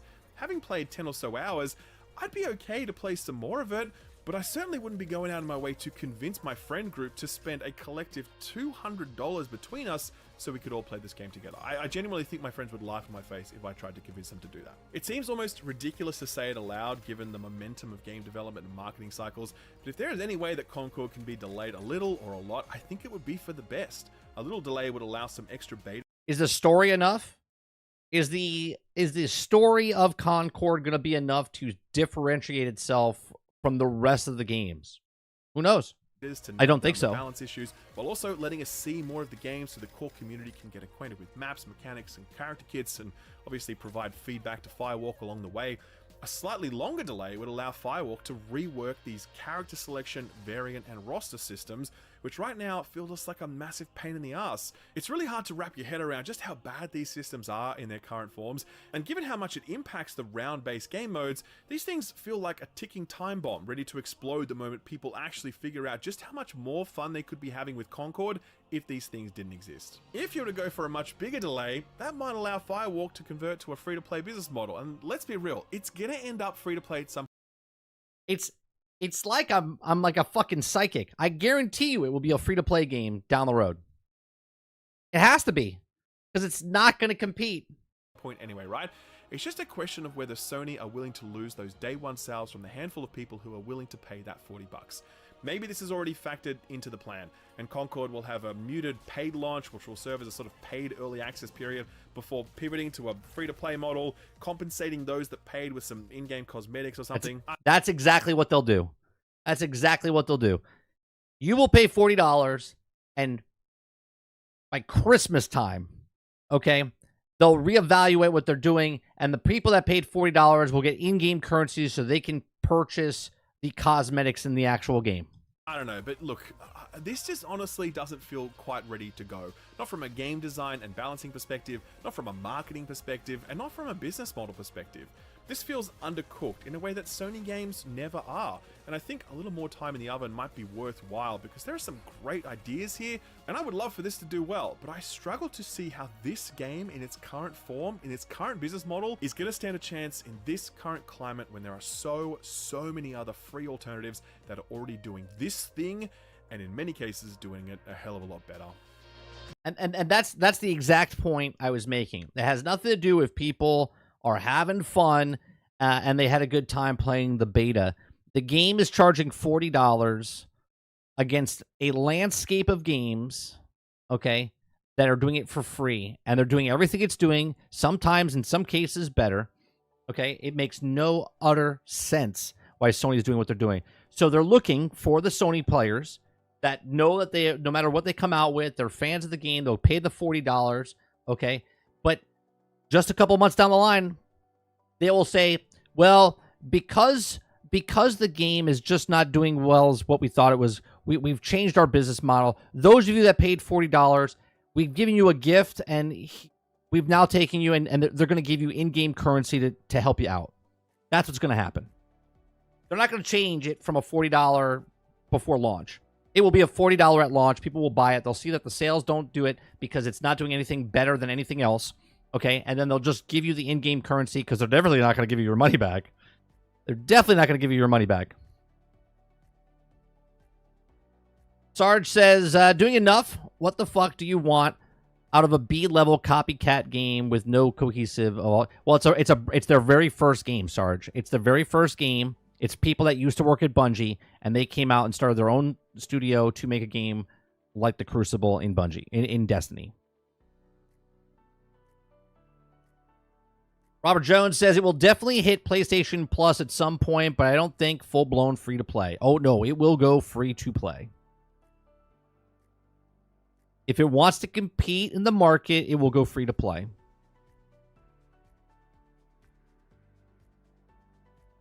Obama says, does this show how ignorant or arrogant Sony is? It does. I'll say it. Yes, it does. This is not Helldivers. Helldivers is one of a kind in a group of what it's against other live service games. It's a PvE game, cooperative, community type of game. This is a dime a dozen inside of an ocean of PvP games.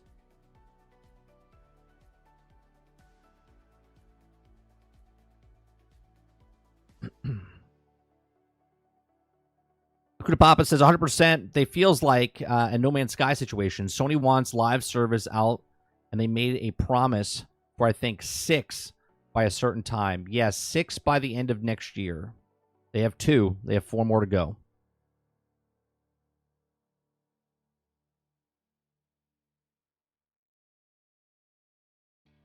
What if this was our plan all along? Pay $40, wait till the game is struggling, and then we hear you and it goes free to play. Yeah, absolutely, I think I'll turn.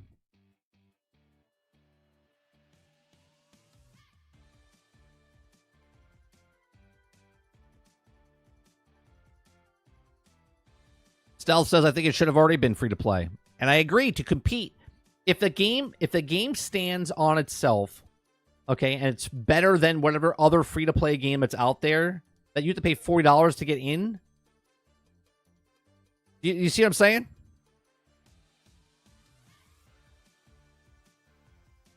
The devs were also the ones that fucked up the Crucible in Destiny 2 with the team shot double primary.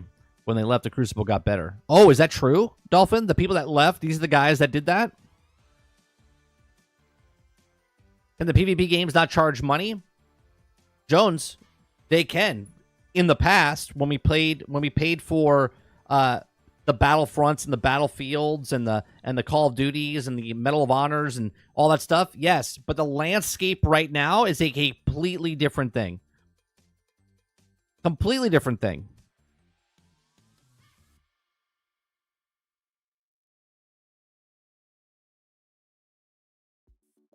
Right? Battlefield, you're paying $40 because it's a completely different experience than you get with the other arena type of games. Battlefield, you're playing 64 versus 64, or, you know what I mean? You're paying high, bigger maps to all these other things, right? And even then, they had to wait for it to go on Game Pass because of the landscape of what it is. They did this to themselves.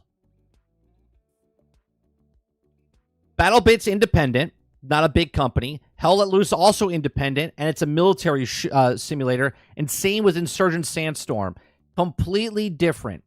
Completely different. We're talking about arena shooters, hero shooters, Overwatch, Final. What is that? What's the one that the other devs made? The game show one. The hell is that one called?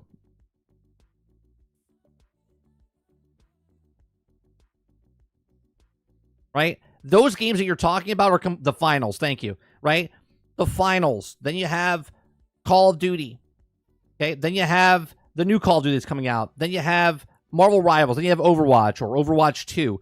There's literally 12, 15 games that people play that are just like this right now, free to play.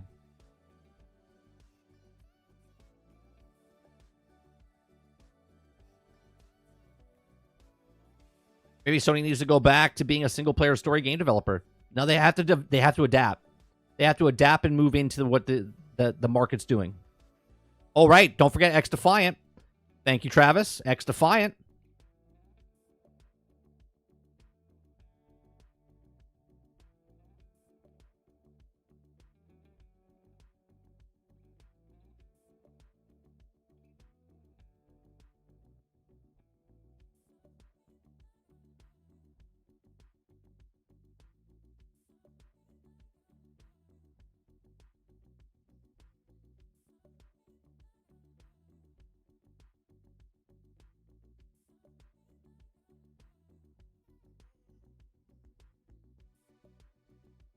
Altern says, are we looking at the end of PvP? I don't think we're looking at the end of PvP games.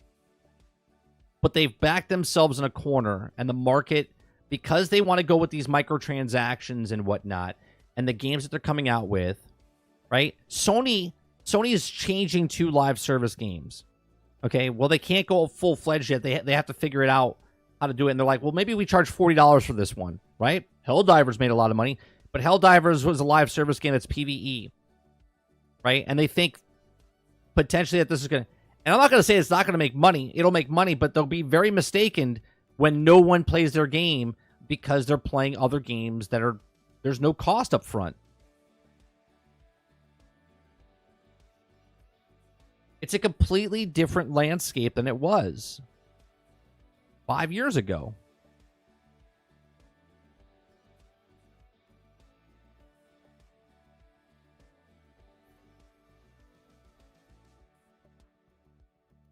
Travis says, sorry, but PvP in general is the future of gaming, no matter how many of us, myself include, hate it.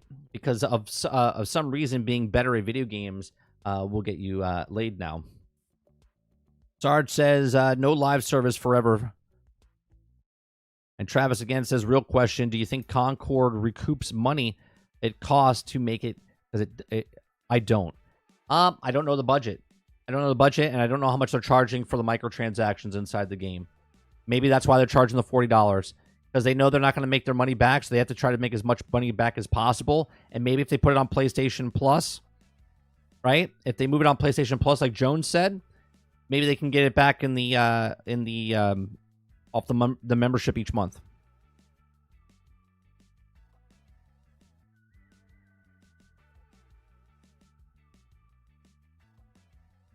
Self says, I don't think Concord will make money. If it does, it's from people buying the limited edition PlayStation 5 controller.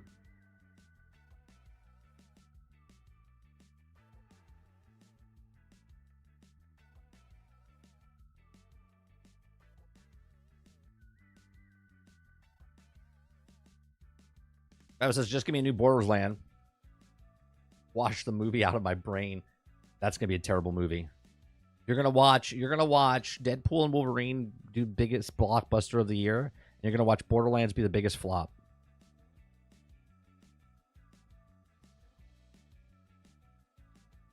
All right, so we talked about Robert Downey Jr. We talked about PlayStation VR. We talked about Marvel Rivals, and we had a bonus of Concord in there as well. So that's what we did on today's show. Tonight, we're going to be playing some video games. Not sure what video game we're going to be playing, but we will be playing video games tonight at 8 p.m. Eastern. Come on by. Hang out with us as we talk and bullshit as I play some video games as well. Let me know what you guys think, either here in the live chat or what do you think about that new feature we brought up where we can bring up anyone's stuff right here. I watched the only movie I'm watching this year in theaters, and I'm interested in anything else. I'm assuming that's Deadpool and Wolverine, right? You guys like that popping up? You guys can see what I'm talking about. I think it's a good feature. Again, when I saw Lono have the Q&A, I was like, oh, that's it. So I like it. I think it's gonna be a lot better for you guys and people watching this after the fact.